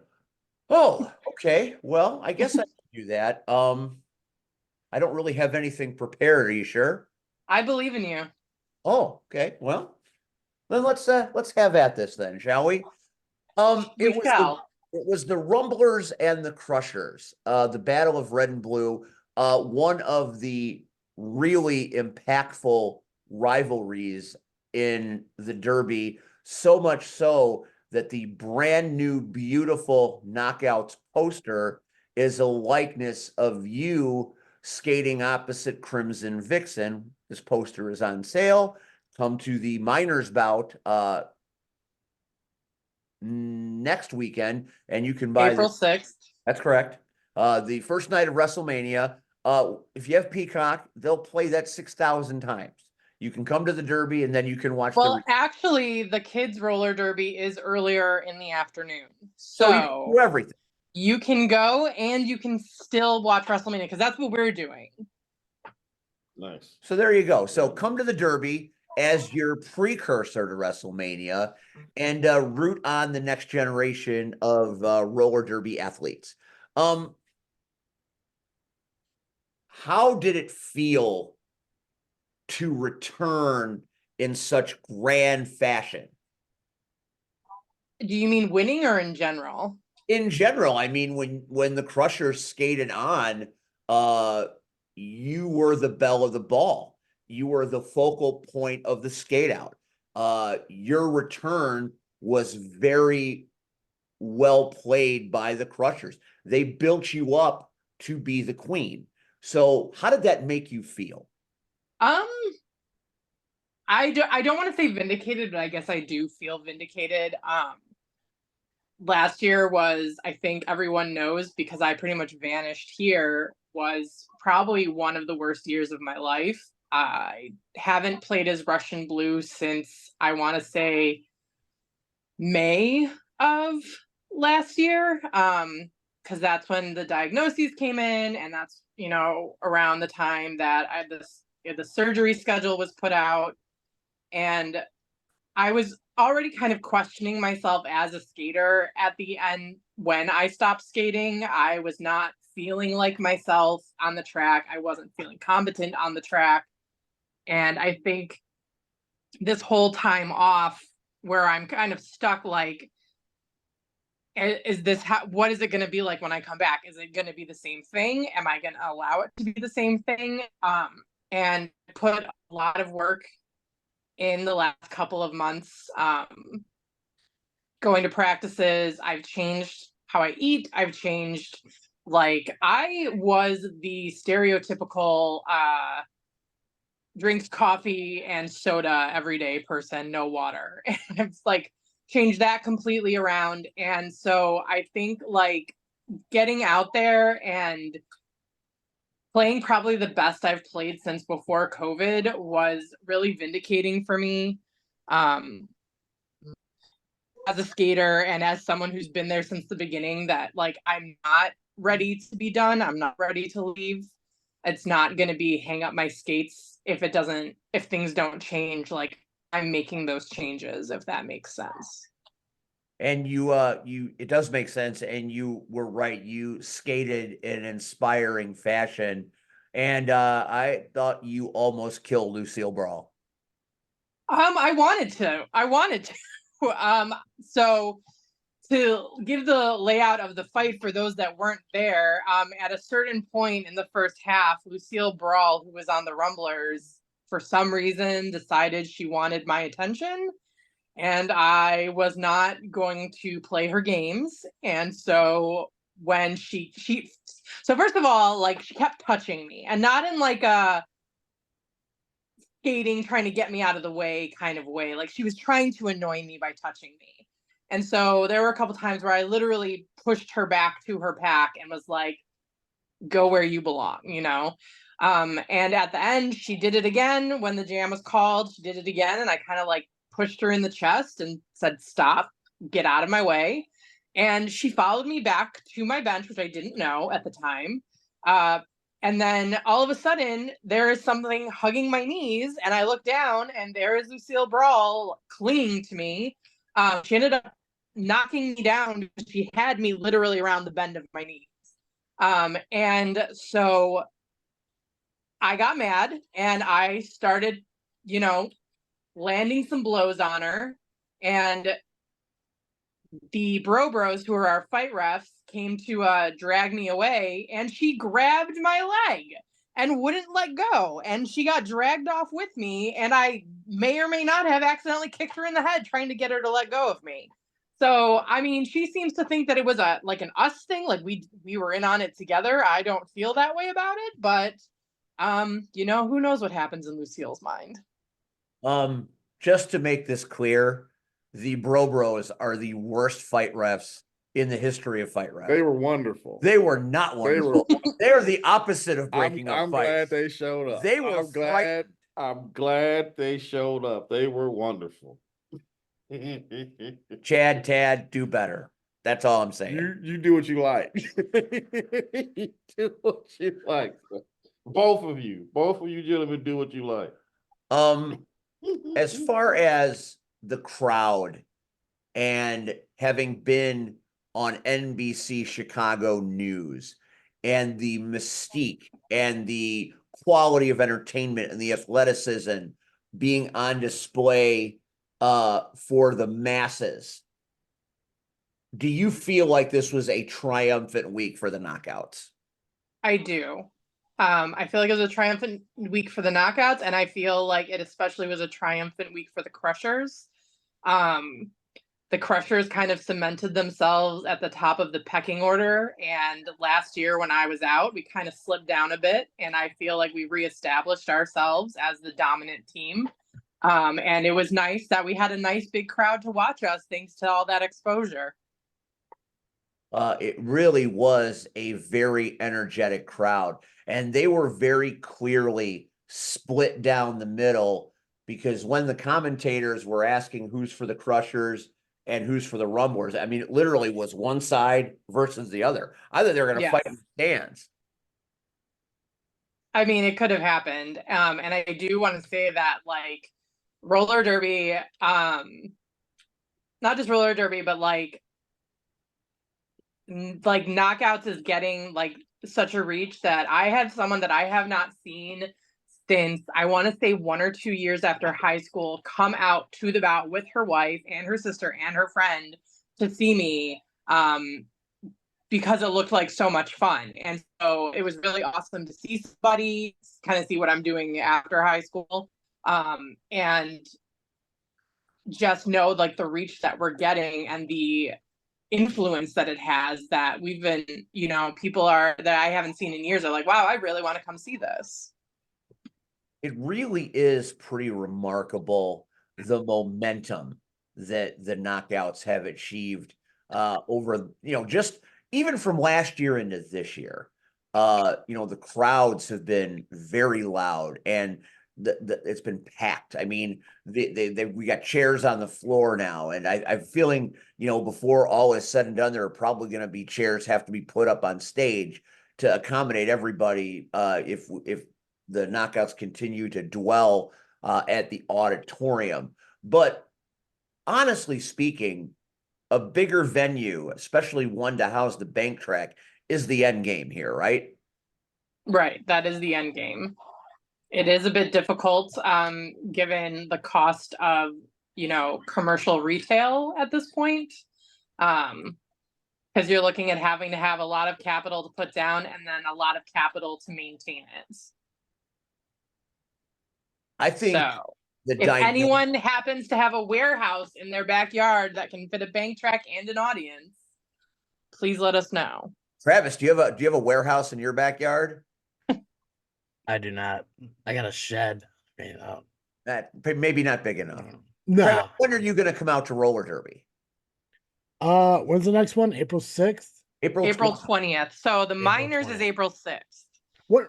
So when you say minors, you're not talking about like minor league. You're talking about like actual children. Yes, I'm talking about children. Gotcha. Okay. It is amazing. The next generation. Amazing. They are far superior to us. What's the talent-wise. what's the age? Is it like teenagers, or are you talking about like? So we have scrappers and brawlers. So Okay. scrappers are, I want to say, like 5 to like maybe 8 or 9. Right. And then it goes up from like 10 and 11 up to 17, and at 18 you age up to premier. Gotcha. Okay. And I'm guessing that they're not as because I just watched a video on your guys' Facebook page and I saw some lady flip another lady like head over fucking raw skates. Oh, I'm that was sure- me. That was her. That was me. Was it flipping you? her. That was Okay. me. That was me flipping. That's my signature move. That is the siren's call, actually. But yeah, that was me. But no, Fantastic. they do not fight yet. Yeah. Okay. Yet. Gotcha. So I can't, I'm not gonna give any secrets away. I'm just saying you may want to keep an eye on that league. so uh, your league, the next one's April 20th. Yes. Gotcha. I really do want to get out there. I'm actually going to spend a lot more time. Is it Homewood? Yes, Homewood. No, I was trying to think of. I know you guys are in Homewood. Is the Thunderbolts in Homewood? No. Thunderbolts No, are Crestwood, I think. Crestwood. Okay. Yeah. Yeah, I'm gonna spend a lot more time in towns with the wood in there because I want to go to those games.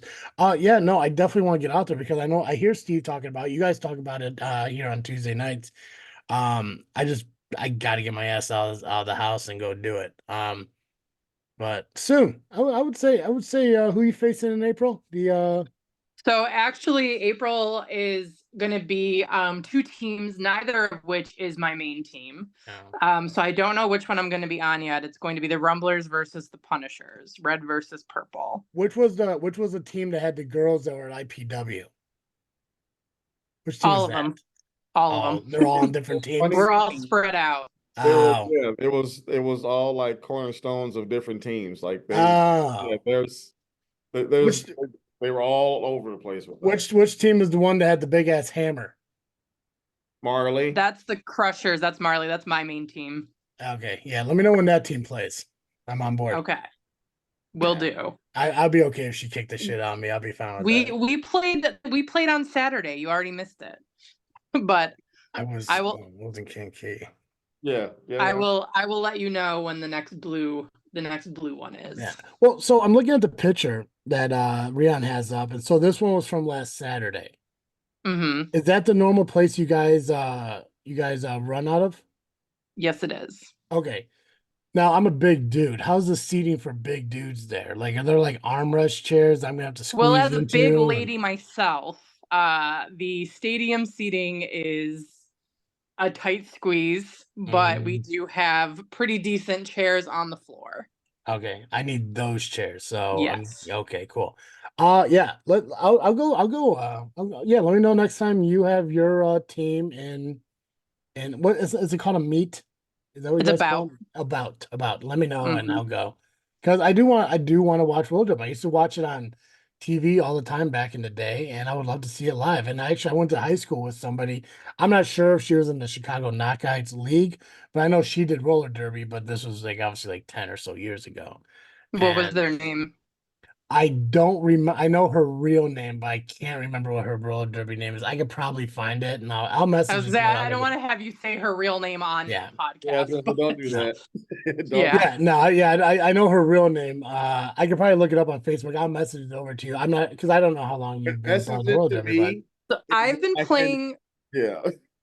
I've been playing for 9 years, and previously I played in WIFSDA, which is the Women's Flat Track Derby Association, which is what the majority of the teams around here play. gotcha. So I had a lot of overlap with a lot of skaters, and I played for a couple different leagues before I moved solely to CKO. So I know Okay. quite a few skaters. I'll look her up when we're done here, and I obviously I was about to say it's a playoff of somebody else's name, but you guys all do that, so that to really narrow it down. Yeah. But no, I definitely want to get out there, and I hate the fact that I haven't yet. But I need to. I haven't been doing IPW show in a while either. I've just been really hermiting myself, and I gotta stop doing that. So Yes, you do. I really do. I really do. Come on 'cause out. I want to see people beat the shit out of people and everything. Well, the knockouts are good for that.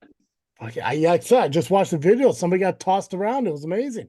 Mm-hmm. I also love that there was a backstage scene like at the beginning of the video. So it's cool that like there's more to it than just like the actual derby itself. Like there's like character building and like Oh, yeah. promo, like vignette. I think that's pretty cool too. So like I said, Steve Steve praises it, and I trust Steve's judgment on a lot of things. And Rion seems to enjoy it. Pac-Man, I think, went to a couple bouts, or at least one that I know of, I think, and he had a good time. So Or there is an ankle lock being put on someone while they're on being sat on by another person.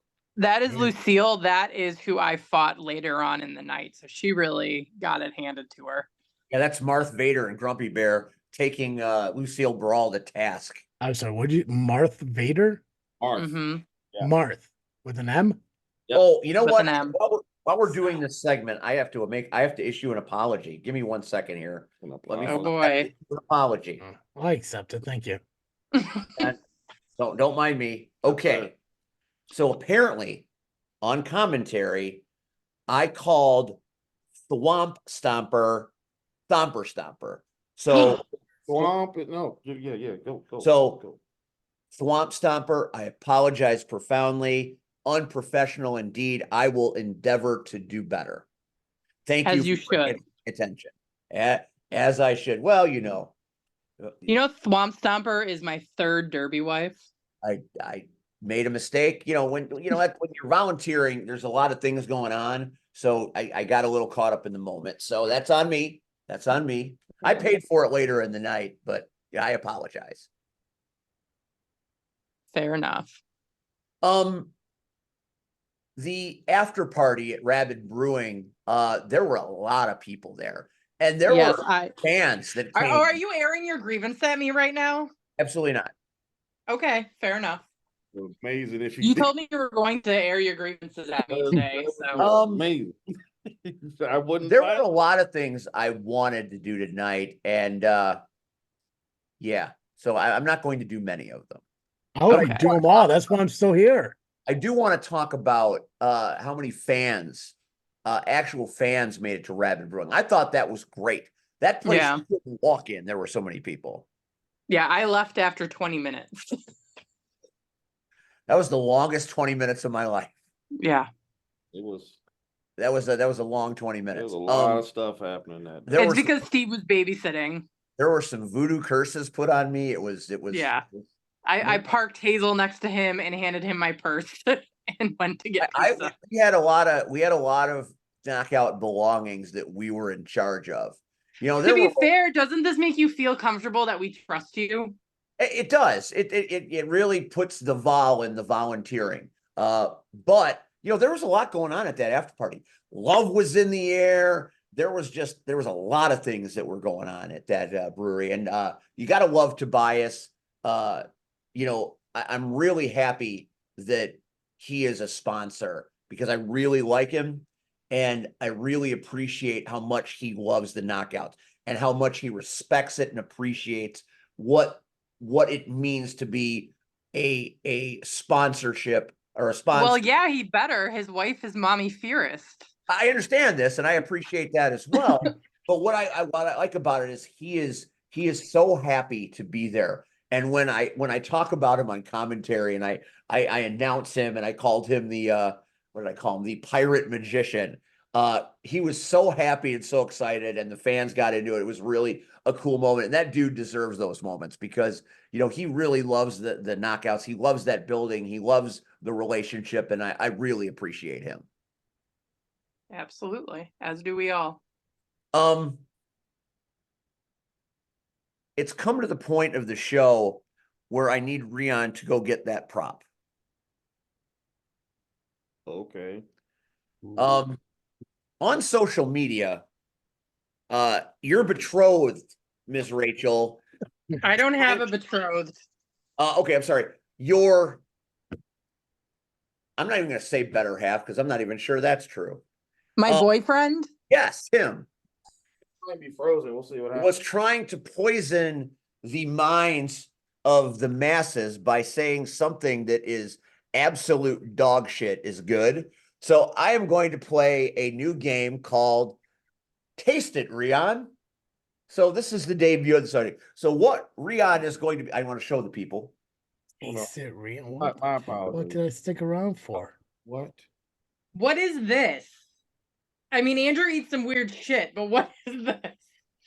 Can I see the prop? No, I just want to. Is this what I think is just? Can I bring Andrew in No, for it's- this it's since cool. he No, no. apparently inspired it? It's cool. You go right ahead. Bring in the prop. So this is a beverage that made its debut at the Super Bowl. It is a healthy soda, is how it's revered. And that whole concept is just stupid. There's no such thing. Oh no. But this is, and it's got probiotics in it, so you'll shit. Oh, the poppy? Yes, Are you really all bent out of shape about the poppy? the poppy sucks. And Okay. Andrew is trumpeting the poppy like it is this revolutionary, great tasting beverage. Bullshit. Rion, are you not wanting to play this game? Any fucking game you want me to play, because you know how I feel. Once I'm out the door, I'm out. But I need to prepare for a said game. That's So right. Go ahead and do this thing. I want to know why Steve isn't trying it. Because Steve has tried it. Steve Okay, got caught up in the which- mania of Which "Oh, flavor this is did you gonna be-" try? I got a package that had Dr. Pepper. Ew. Cola, Well, and that's your vodka. first mistake, Dr. Pepper. Okay. All right, let me Those get of it. us that like Dr. Pepper don't think it's a mistake. Those Don't of us have that correct like- taste buds. I Well, love he Dr. was Pepper. after some blue wizard shit. So Rion's going to be sampling the poppy root beer. Do you like root beer? I don't think it matters, Steve. You didn't get the strawberry lemonade? I don't think this matters. The strawberry lemonade is the best. Yeah, See, that's that's just what what I- I've been drinking No, poppy since no, before sorry, Andrew no. discovered it. It was frozen. Oh, I didn't realize it was. That's what I was trying to explain to you, but we're here now. So we're just gonna let We're that. we're here now. Yeah. What a mess. Okay, Come, well, come on, Rion. Put it in your in my mouth. head, this was Come going to on. be funny. Oh, it is. Oh, it's more funny than you realize. It's okay. It's okay. Keep going. Keep going. With your So stuff. we're going to have Rion try poppy, and I want to have another man's opinion of how bad this shit is. Well, yeah, you chose the wrong flavors. Oh no, we here now. We here now. So let me just. What the fuck is that? Oh, It's probiotic soda. So if you have intestinal issues, this is good for you. all right. Here we go. Rion is going to taste. Now, before anything else happens, I just want you to see this. This is foaming over. So I'm just So if I'm not just picking it up, just know that I am going to taste this. But I as believe you. it's just okay. Hold on. All right, let me get this down here. Rihanna is sampling the goods. Let's get a shot of it. There it is. She's tasting it. He's tasting the beverage.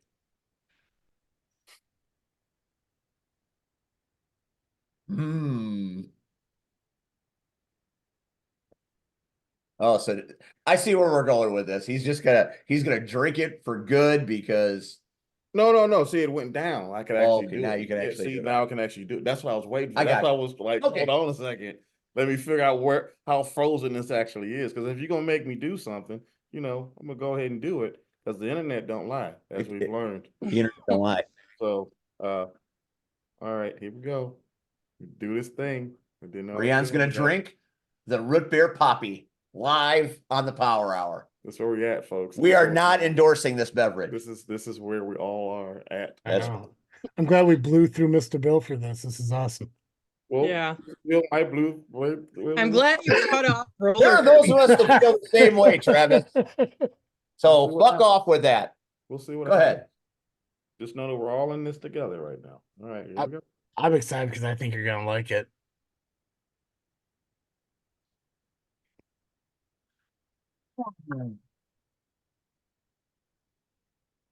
Fine. There we go. There you go. Do you need me to do it again? Oh no. That went more than enough. I Was just that the reaction you were expecting, Steve? 100%.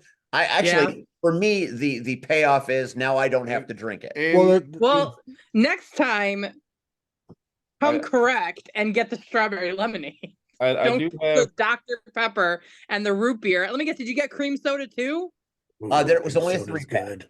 Because the stuff is like $35 for 8 cans. I do have Whoa. disclaimer for this. So it was frozen. So I didn't. I got a lot of liquid, but it is pretty frozen. So whatever was in there just came straight up. So yeah. Well, go ahead and finish. If you like it, great. It's yours. I still gotta clean this. Take it up. home. I still gotta clean it up. Take it and home. all I the didn't stuff think is- it was going to pair well with the pancakes. So that's why I saved it for the end. Well, it's fine. Okay, so I was accused of blowing through Mr. Bill. We spent an hour and 15 minutes talking about it. Do you want to go longer? You told me that my segment was an hour and a half. So you cut me off 15 minutes. How dare you? You're right. That's on. All right, No, so it's okay. back to Mr. Bill. What did we miss? Nothing. I mean, I caught most of it, I thought. Yeah, no. Yeah. Here's the thing, man. I will talk about very much or very little of whatever because this isn't my show. I'm a guest. He was pretty I clear. just want you're a guest. I just want to be along for the ride. I'm learning about roller derby. That's why I wanted to stay because I don't know a lot about roller derby. Hell, when I was going through the Facebook page, I was looking at the score and I'm like, now how the hell do they score points? That's a lot of points. That and in I can't- itself is pretty cool to watch. I'm and I super can't- happy to tell you how we score points. Well, Let's do it. yes. How does a score end with what was it, 86 to 75 or 89 to 75? It's 86 to 75. And so in our particular style, the way the points are scored is the joke is that whenever people ask us how it's a sport, it's like, where is the ball? The jammers are the ball. Gotcha. So every time, so when you start, you have 2 packs at the front of generally four blockers from each team. And then you have 1 jammer from each team at their jam line. What are you? The pack, what's up? What are you? What's your role? I'm a blocker. Blocker. Gotcha. Okay. I'm hopefully transitioning to jammer this year. Steve, pray for me. So the packs take off first. As soon as the last blocker has passed the jam line, the jammers are allowed to go. The jammers then have to fight through the respective packs. The first one out is the lead jammer. The first pass, they do not get any points. After they've made their first pass and done a full lap and come through the back to the back of the pack, they get a point for every single member of the opposing team that they pass. If the jammer who is not the lead jammer passes up the lead jammer during that, they get an extra point. That is how we score points. And if Okay. you manage to get back around for another lap, which our jams are kind of short, they're about a minute long. If you Mhm. manage to get back around, you get another, if you can get through again, you get another point for every single jam blocker that you pass. So in a sense, your points tally up based on who you pass and how many laps you do on the track. Correct. So it has nothing to do with like you get a point for knocking someone down or anything No. like that. Okay. That's just a bonus. See, my thought of how roller derby worked, and clearly completely wrong, is that there's like, what actually I guess I'm not completely wrong, but in a sense I am. So there's like one person from each team there at the front of the line, and they got like flags or whatever. And they start going around, and then there's a bunch of blockers blocking them, preventing people behind them to get to those people and grabbing the flags. That's how I thought roller derby kind of worked. We have no flags now. Okay. But so I wasn't too far off, but I was. And the jammers are in the back of the pack. The jammers Okay. start in the back. Yeah, see, I'm really I want to go see this because I want to see how this like all works out. Because, like I said, in my mind, it's more about knocking people down to score points, but it has nothing to do with points when you're just preventing one person to get ahead of the people in front Exactly. of You want to knock down the jammer to prevent them from scoring points. Gotcha. So whatever you can do to knock them out or slow them down so that they can't get their full set of points. Awesome. They are A lot of so strategy. So much strategy. Awesome. All right, we've come to that point in the night where it's time for Red to do the roses. Red, after a 4-part interview, after communing together at the party after the Mr. Bill show, you must have some flowers for our good friend Travis. Solid photo. Travis already, like we talked. I don't know. I know why all the bullshit happened before, but me getting to know Travis more and more, and even on a personal basis, and we share some stuff before air and after air, just made me respect Travis on a whole new level. Travis is a freaking awesome human being. Travis is that guy who is just real easy to talk to. Once you enter his zone, and I get it, because I'm standoffish. I know a lot of people think that is crazy, but I am.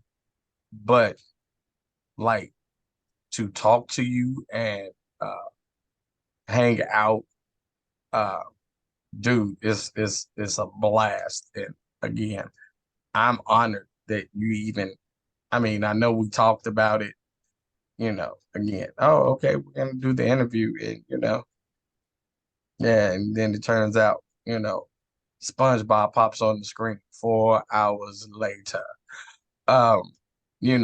But you gave me a platform to start to tell my story. Again, like you said, there's so much we missed, and that's the part that got me. Like, I went to bed like, oh, I didn't talk about this. Oh, I didn't mention that. Oh, like it was so much. Like it took me another hour just to go to sleep. But you are a wonderful guy. Even when we did the Dutch babies,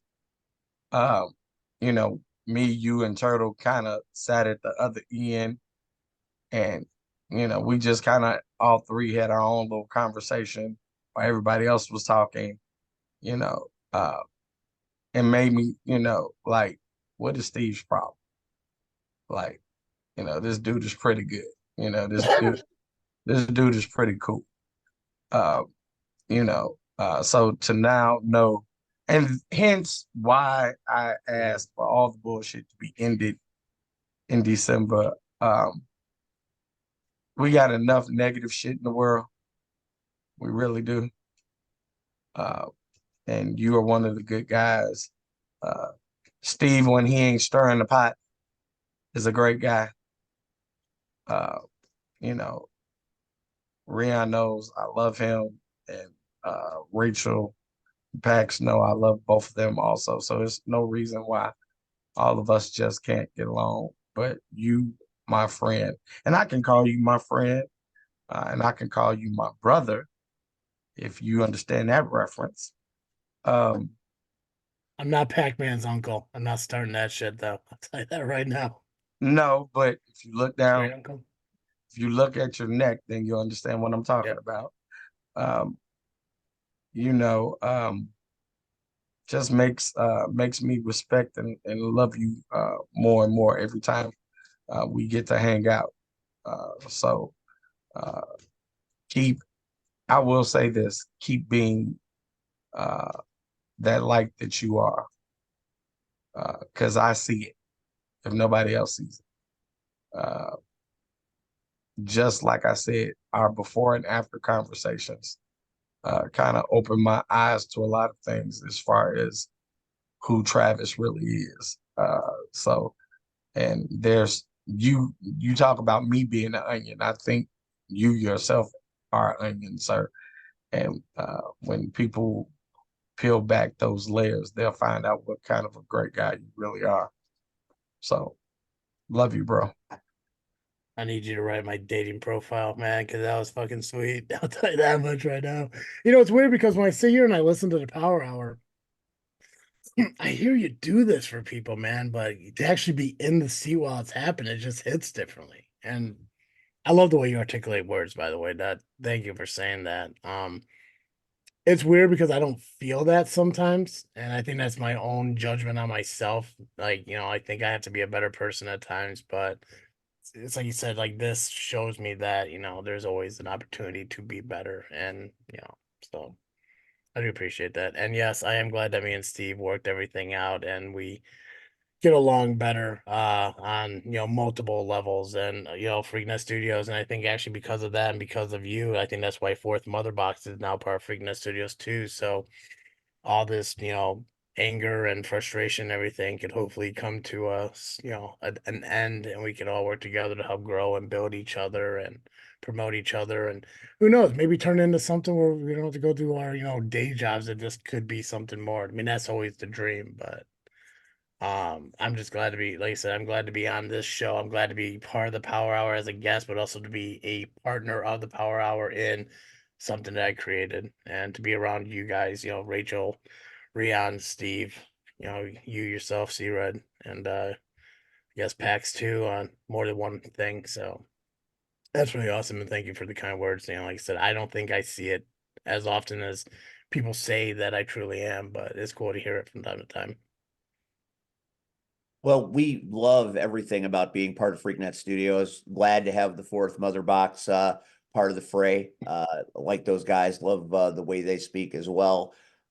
Just keep growing, keep getting better. That's what we need to do, and that's what we will try to do. Travis, thanks tonight for taking time and staying the whole show. We appreciate that. Don't miss him on the JFW podcast. Miss him at SCW doing GM things for high voltage and doing commentary, doing great jobs at both. Booking in some cases, I think that's very cool. I think you're very underrated. I appreciate the mind you have for this business, and we appreciate the time you gave us tonight.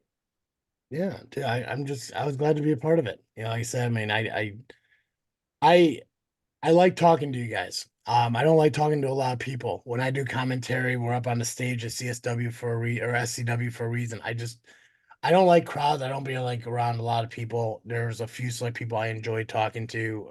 You guys are some of them, and some of the training guys and everything. So I like having a small circle, and I like that you guys are a part of that, and I really appreciate that. Rachel, are you still there?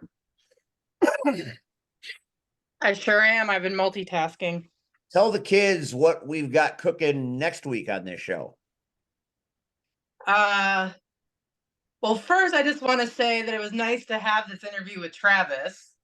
And I hope now when you see me at shows, you aren't going to walk past me like you don't see me. Just Well, saying. maybe next time you won't call me a do nothing bitch when fucking Turtle loses the title. That did happen Can I on. take a joke, Travis? That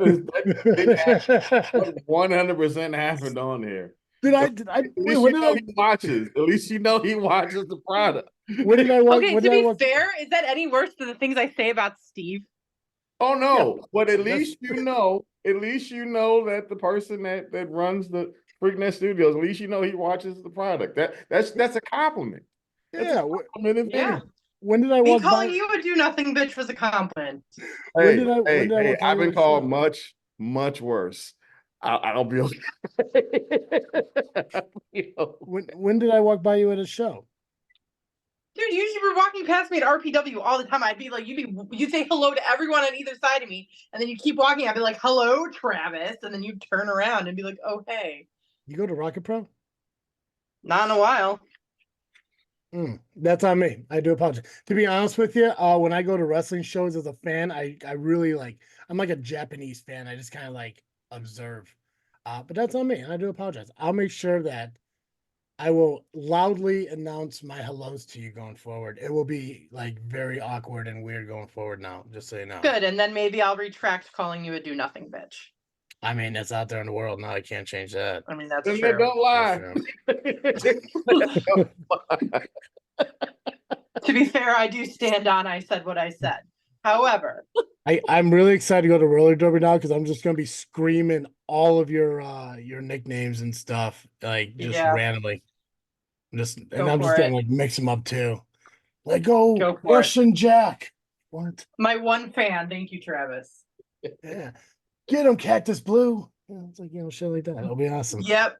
It sounds right. Like at practice, it's really kind of hilarious. Like if someone's trying to get my attention, you have one person calling me Cactus, one person calling me Russian. You've got Hazel calling me Mom.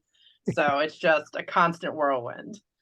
But yes, next week we will have the knockouts on the Power Hour. I do not yet have a Awesome. final tally. It could be your dream of having 60 people on here, Steve. I will write my questions carefully when you give me the lineup, and I will send them to you. Not to me. I'm not in charge. No, I'll send them to whoever wants to see them. Okay. That is fair. All right, we're through. We're done. Wait. We're not done. We are not Oh, done. no. Just one quick thing for Travis. You can wrap it up. I'm totally fine with you wrapping up. There's just one thing I need to show Travis. It was at the very beginning that I'm not sure if he paid attention to because it's something that he said on JFW podcast. This photo right here, the belt is facing up. Yeah. So hook the leg. It was 100% okay. It was legal. But you understood where I was coming from, right? Oh, I did 100%, and Okay, it gotcha. covered based on this. I was like, "Don't worry about it. I Gotcha. will gladly show you." Because as soon as I saw it, I was like, "That's legal. The back is down. Yep. That is one. The shoulders are down." Poor 100%. Rachel. Why is he abusing Rachel so? That's If you I'll let you go. Go ahead, sir. Go right ahead. I was waiting to see if he was going to say something about it. Go about ahead. me. Well, like I said, when Nubby showed the demonstration in the video, he had his belt upside down. That's why I was asking him, like, well, technically, if the plate is face down, then the partner is on their stomach and you can't pin them that way. So, like I said, if it was that way, then there's a loophole for, Mr. No, I get Steele it. to get a For rematch. But shenanigans. But no, all that was covered in this one thing. I'll That's make it real fantastic. quick to be trying to wrap this up. So what ended up happening in the main event for IPW, there was a 2 out of 3 falls match. Dalton chose to do a tables match. He ended up losing. He went through it. And then Steele chose to do a 2-on-1 handicap match, and he chose Rachel as his partner. So he was able Dalton was able to throw Steele outside of the ring. And when he was along with Rachel, slammed Rachel on the ground, went and hit a Hulk Hogan leg drop on top of it, hooked the leg 1, 2, 3, and he lost the second fall. And then they went to the final fall, which was a last man standing, which Dalton ended up winning. So now he's the new Second City champion. Now all of that is out the way. Go ahead, wrap it up. Well, It's now I have a mutual. question. Now I have a question. Mhm. So D'Angelo Steele lost Rachel this past Sunday. Apparently Rachel's still around, but that's a whole nother conversation. And so you can ask him that yourself. I unfortunately, not being very well prepared, as always. I forgot that IPW was yeah. Shit. Fine. What happened? I actually was curious to know. We're trying to wrap shit up. And now I'm making a creative 180 turn. Tell us a little bit about IPW. Okay. What else the main event? You want to just work backwards? Do what you got to do. Okay. Quinn Rip went on ahead and look, okay, we'll do it this way. So the battle for the shuffle happened, and it was Turtle versus JR Lindsay. And ultimately they went to a dance off that went horribly, horribly wrong. I'll save you all the details because you can listen to the JFW podcast for all those details. They do a very, very good job of breaking things down accordingly, especially with Turtle being involved. You want to hear all of the details that took place, you go ahead and listen to that episode that took place this week On Freaknet Studios. But what ultimately happened is that Turtle won, well, by voice recognition and fan participation, won the shuffle to where he got speared, and then he went to a match, and then Turtle won that match, and now we're talking about the Rob Stardom versus Miles Mercer. Miles Mercer. Miles Mercer came out to defend the championship. He had no belt. So I then had to question him. I stopped the entire thing. I said, "This is a championship match. Where is your belt?" He says that that's on him because he wrestled the night before and he switched bags. So it was a whole that I understand it because it's Mr. Bill Classic. He had the wrong bag. I get it. I said, I don't care how you do this, but you're going to defend the title one way or the other. I don't care what belt you defend, but you're going to defend. It was stated that there was going to be a title match.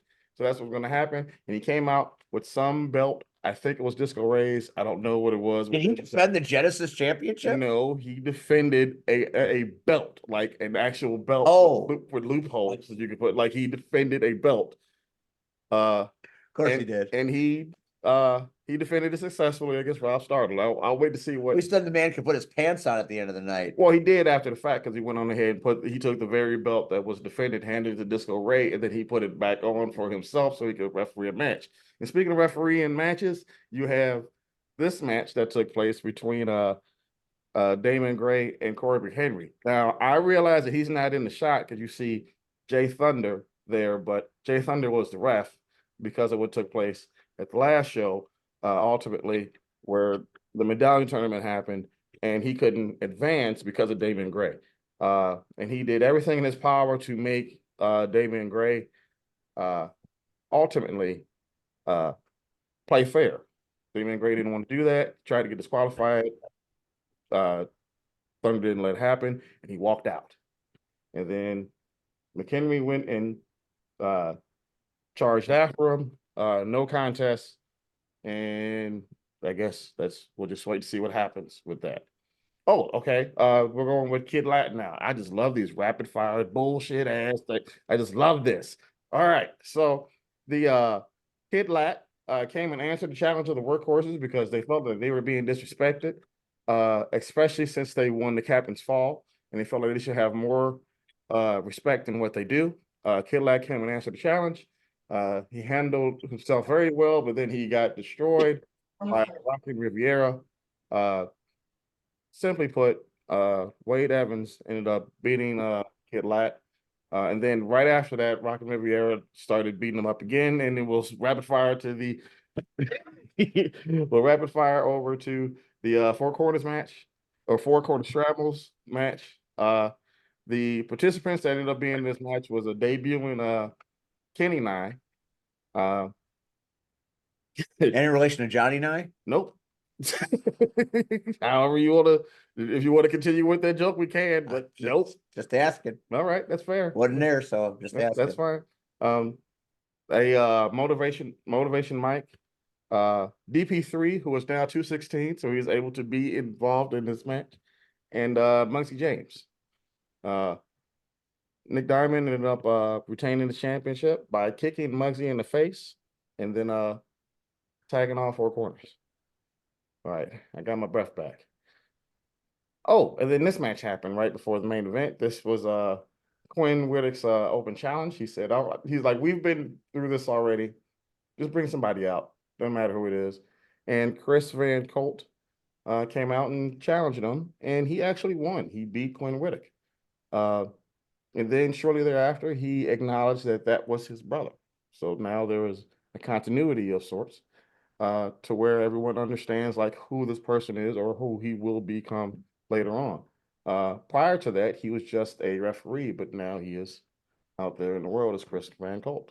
Hence why all of the there's so many wrestlers refereeing, because my referee staff as of December, majority of them have went on into another thing. So per the board of IPW, they just said make it work. So this is how I'm making it work, is to have multiple people be referees, except for Turtle, because Turtle made it clear that he don't do that no more. Yeah, So he is 100% over that. He's bigger than that. He's made sure that he's done his time, and he can't do it by all means. By all means. Quick question. How come IPW doesn't do hosts anymore? Oh, because could you imagine if we did host and had the referee staff accordingly? Okay. It's conflict of interest. It's a conflict of interest accordingly. Now, if I'm able to get a referee staff that's stable, I will gladly go ahead and start doing hosts. But that was something that I talked to the board of IPW about just in general. I was like, if you just want things to just go to hell in the handbasket, then that's what we'll do. But as far as my own sanity, yeah, that was the best way to okay, I believe that's Turtle at Rocket Pro, I believe. Yeah. After his decision not to ref anymore, yeah. Yeah, well, he's in charge of that, so it's a little bit different. You got to, hey, if anybody knows that sometimes you got to do things, it's me. So I get it. I get it. You got to keep the show rolling. You have to. So I 100% understand. Hey, Pax, is there anything else that you want to rapid fire, or because I know he's trying to wrap this up? So those were all the pictures, and I can confirm those were all the matches we needed to talk about. well, you did it out of order, so I was just kind of like, what was there was anything else? So thanks to Steve Powell and Jamie Salmons for the great photos from IPW this Sunday. Ooh, I got another question. Sorry. Another question. question. That's right. Nubby said that your next IPW show is going to be a 6 p.m. start time. I was just kind of curious about that. Okay, I can give you multiple reasons. I'll try to rapid fire with them as possible, because we were trying to wrap this up about 20 minutes ago. But That's okay. It's like me and C-Red. We're fine. Oh, Yeah. that's fine. That's fine. Only 2 hours away. I'm on spring break.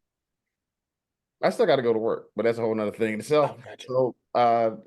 So it's going to be a fundraiser for Homer Heat Baseball 11U. I think it's 11U. Yeah. It's going to be a fundraiser for that particular baseball team. Gotcha. We were trying to get it in Homer Glen, but the red tape that had it's a lot of it.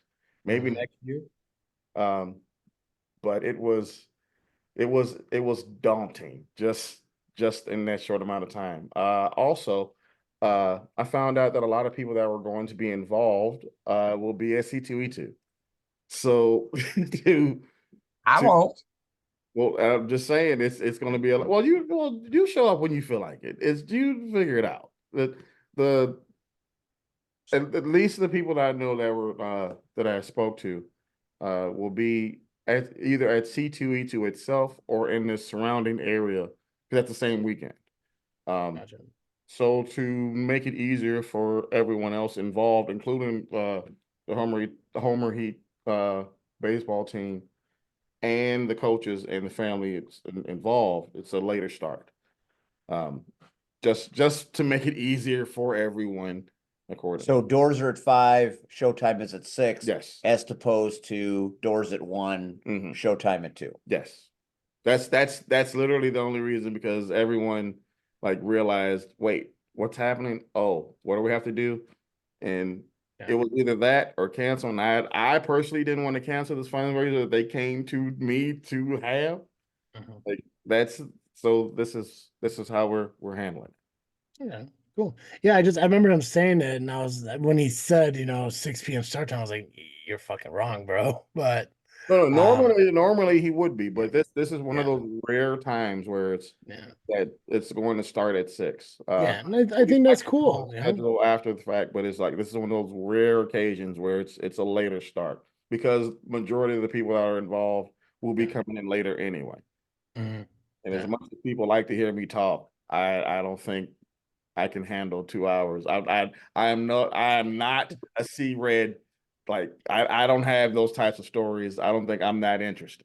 So I have to Well, keep it when you call it a career, come talk to me, and I'll get about 4 hours out of you. fair enough. Yeah. People like talking to me. I don't know what it is. I just got that face, I guess. I don't know. Look at this. We went on a half hour longer than expected.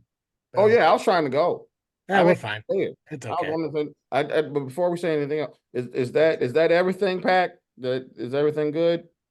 You got everything covered. Okay, you want to put that one graphic up? If you still do, you have that one as far as the one match that was announced, or no? I'm getting that right now. Okay, go ahead and do that, and you can end the show off of that if that's okay with you. Unless you have anything else, Just happy to be here. just happy to be here. We wouldn't Me be too. here. I'm happy to be here too. We wouldn't be here. This is your stuff. We wouldn't be here without this room. There it is. A match that probably will scare some children. The Beatmaster, the hardest striker in the area as far as professional wrestling goes, the Ewok, is taking on the Soul Taker, who is a scary dude. That's a hell of a main event. I do have I have one thing, and this is for Travis and Pax for later on. Yeah. So just so you guys know, Mhm. and I told everyone that at IPW as far as what the board would have liked to happen. If Ewok hadn't had accepted the match itself, the next person I was going to get it was Turtle. And I just I told Turtle that the day of, and the face that you feel free to ask him about how that went about, because I'm telling Turtle you, don't want this. I'm telling you, the board, the IPW board, you have no idea how much they giggled about about that, the idea of Turtle versus Soul Taker.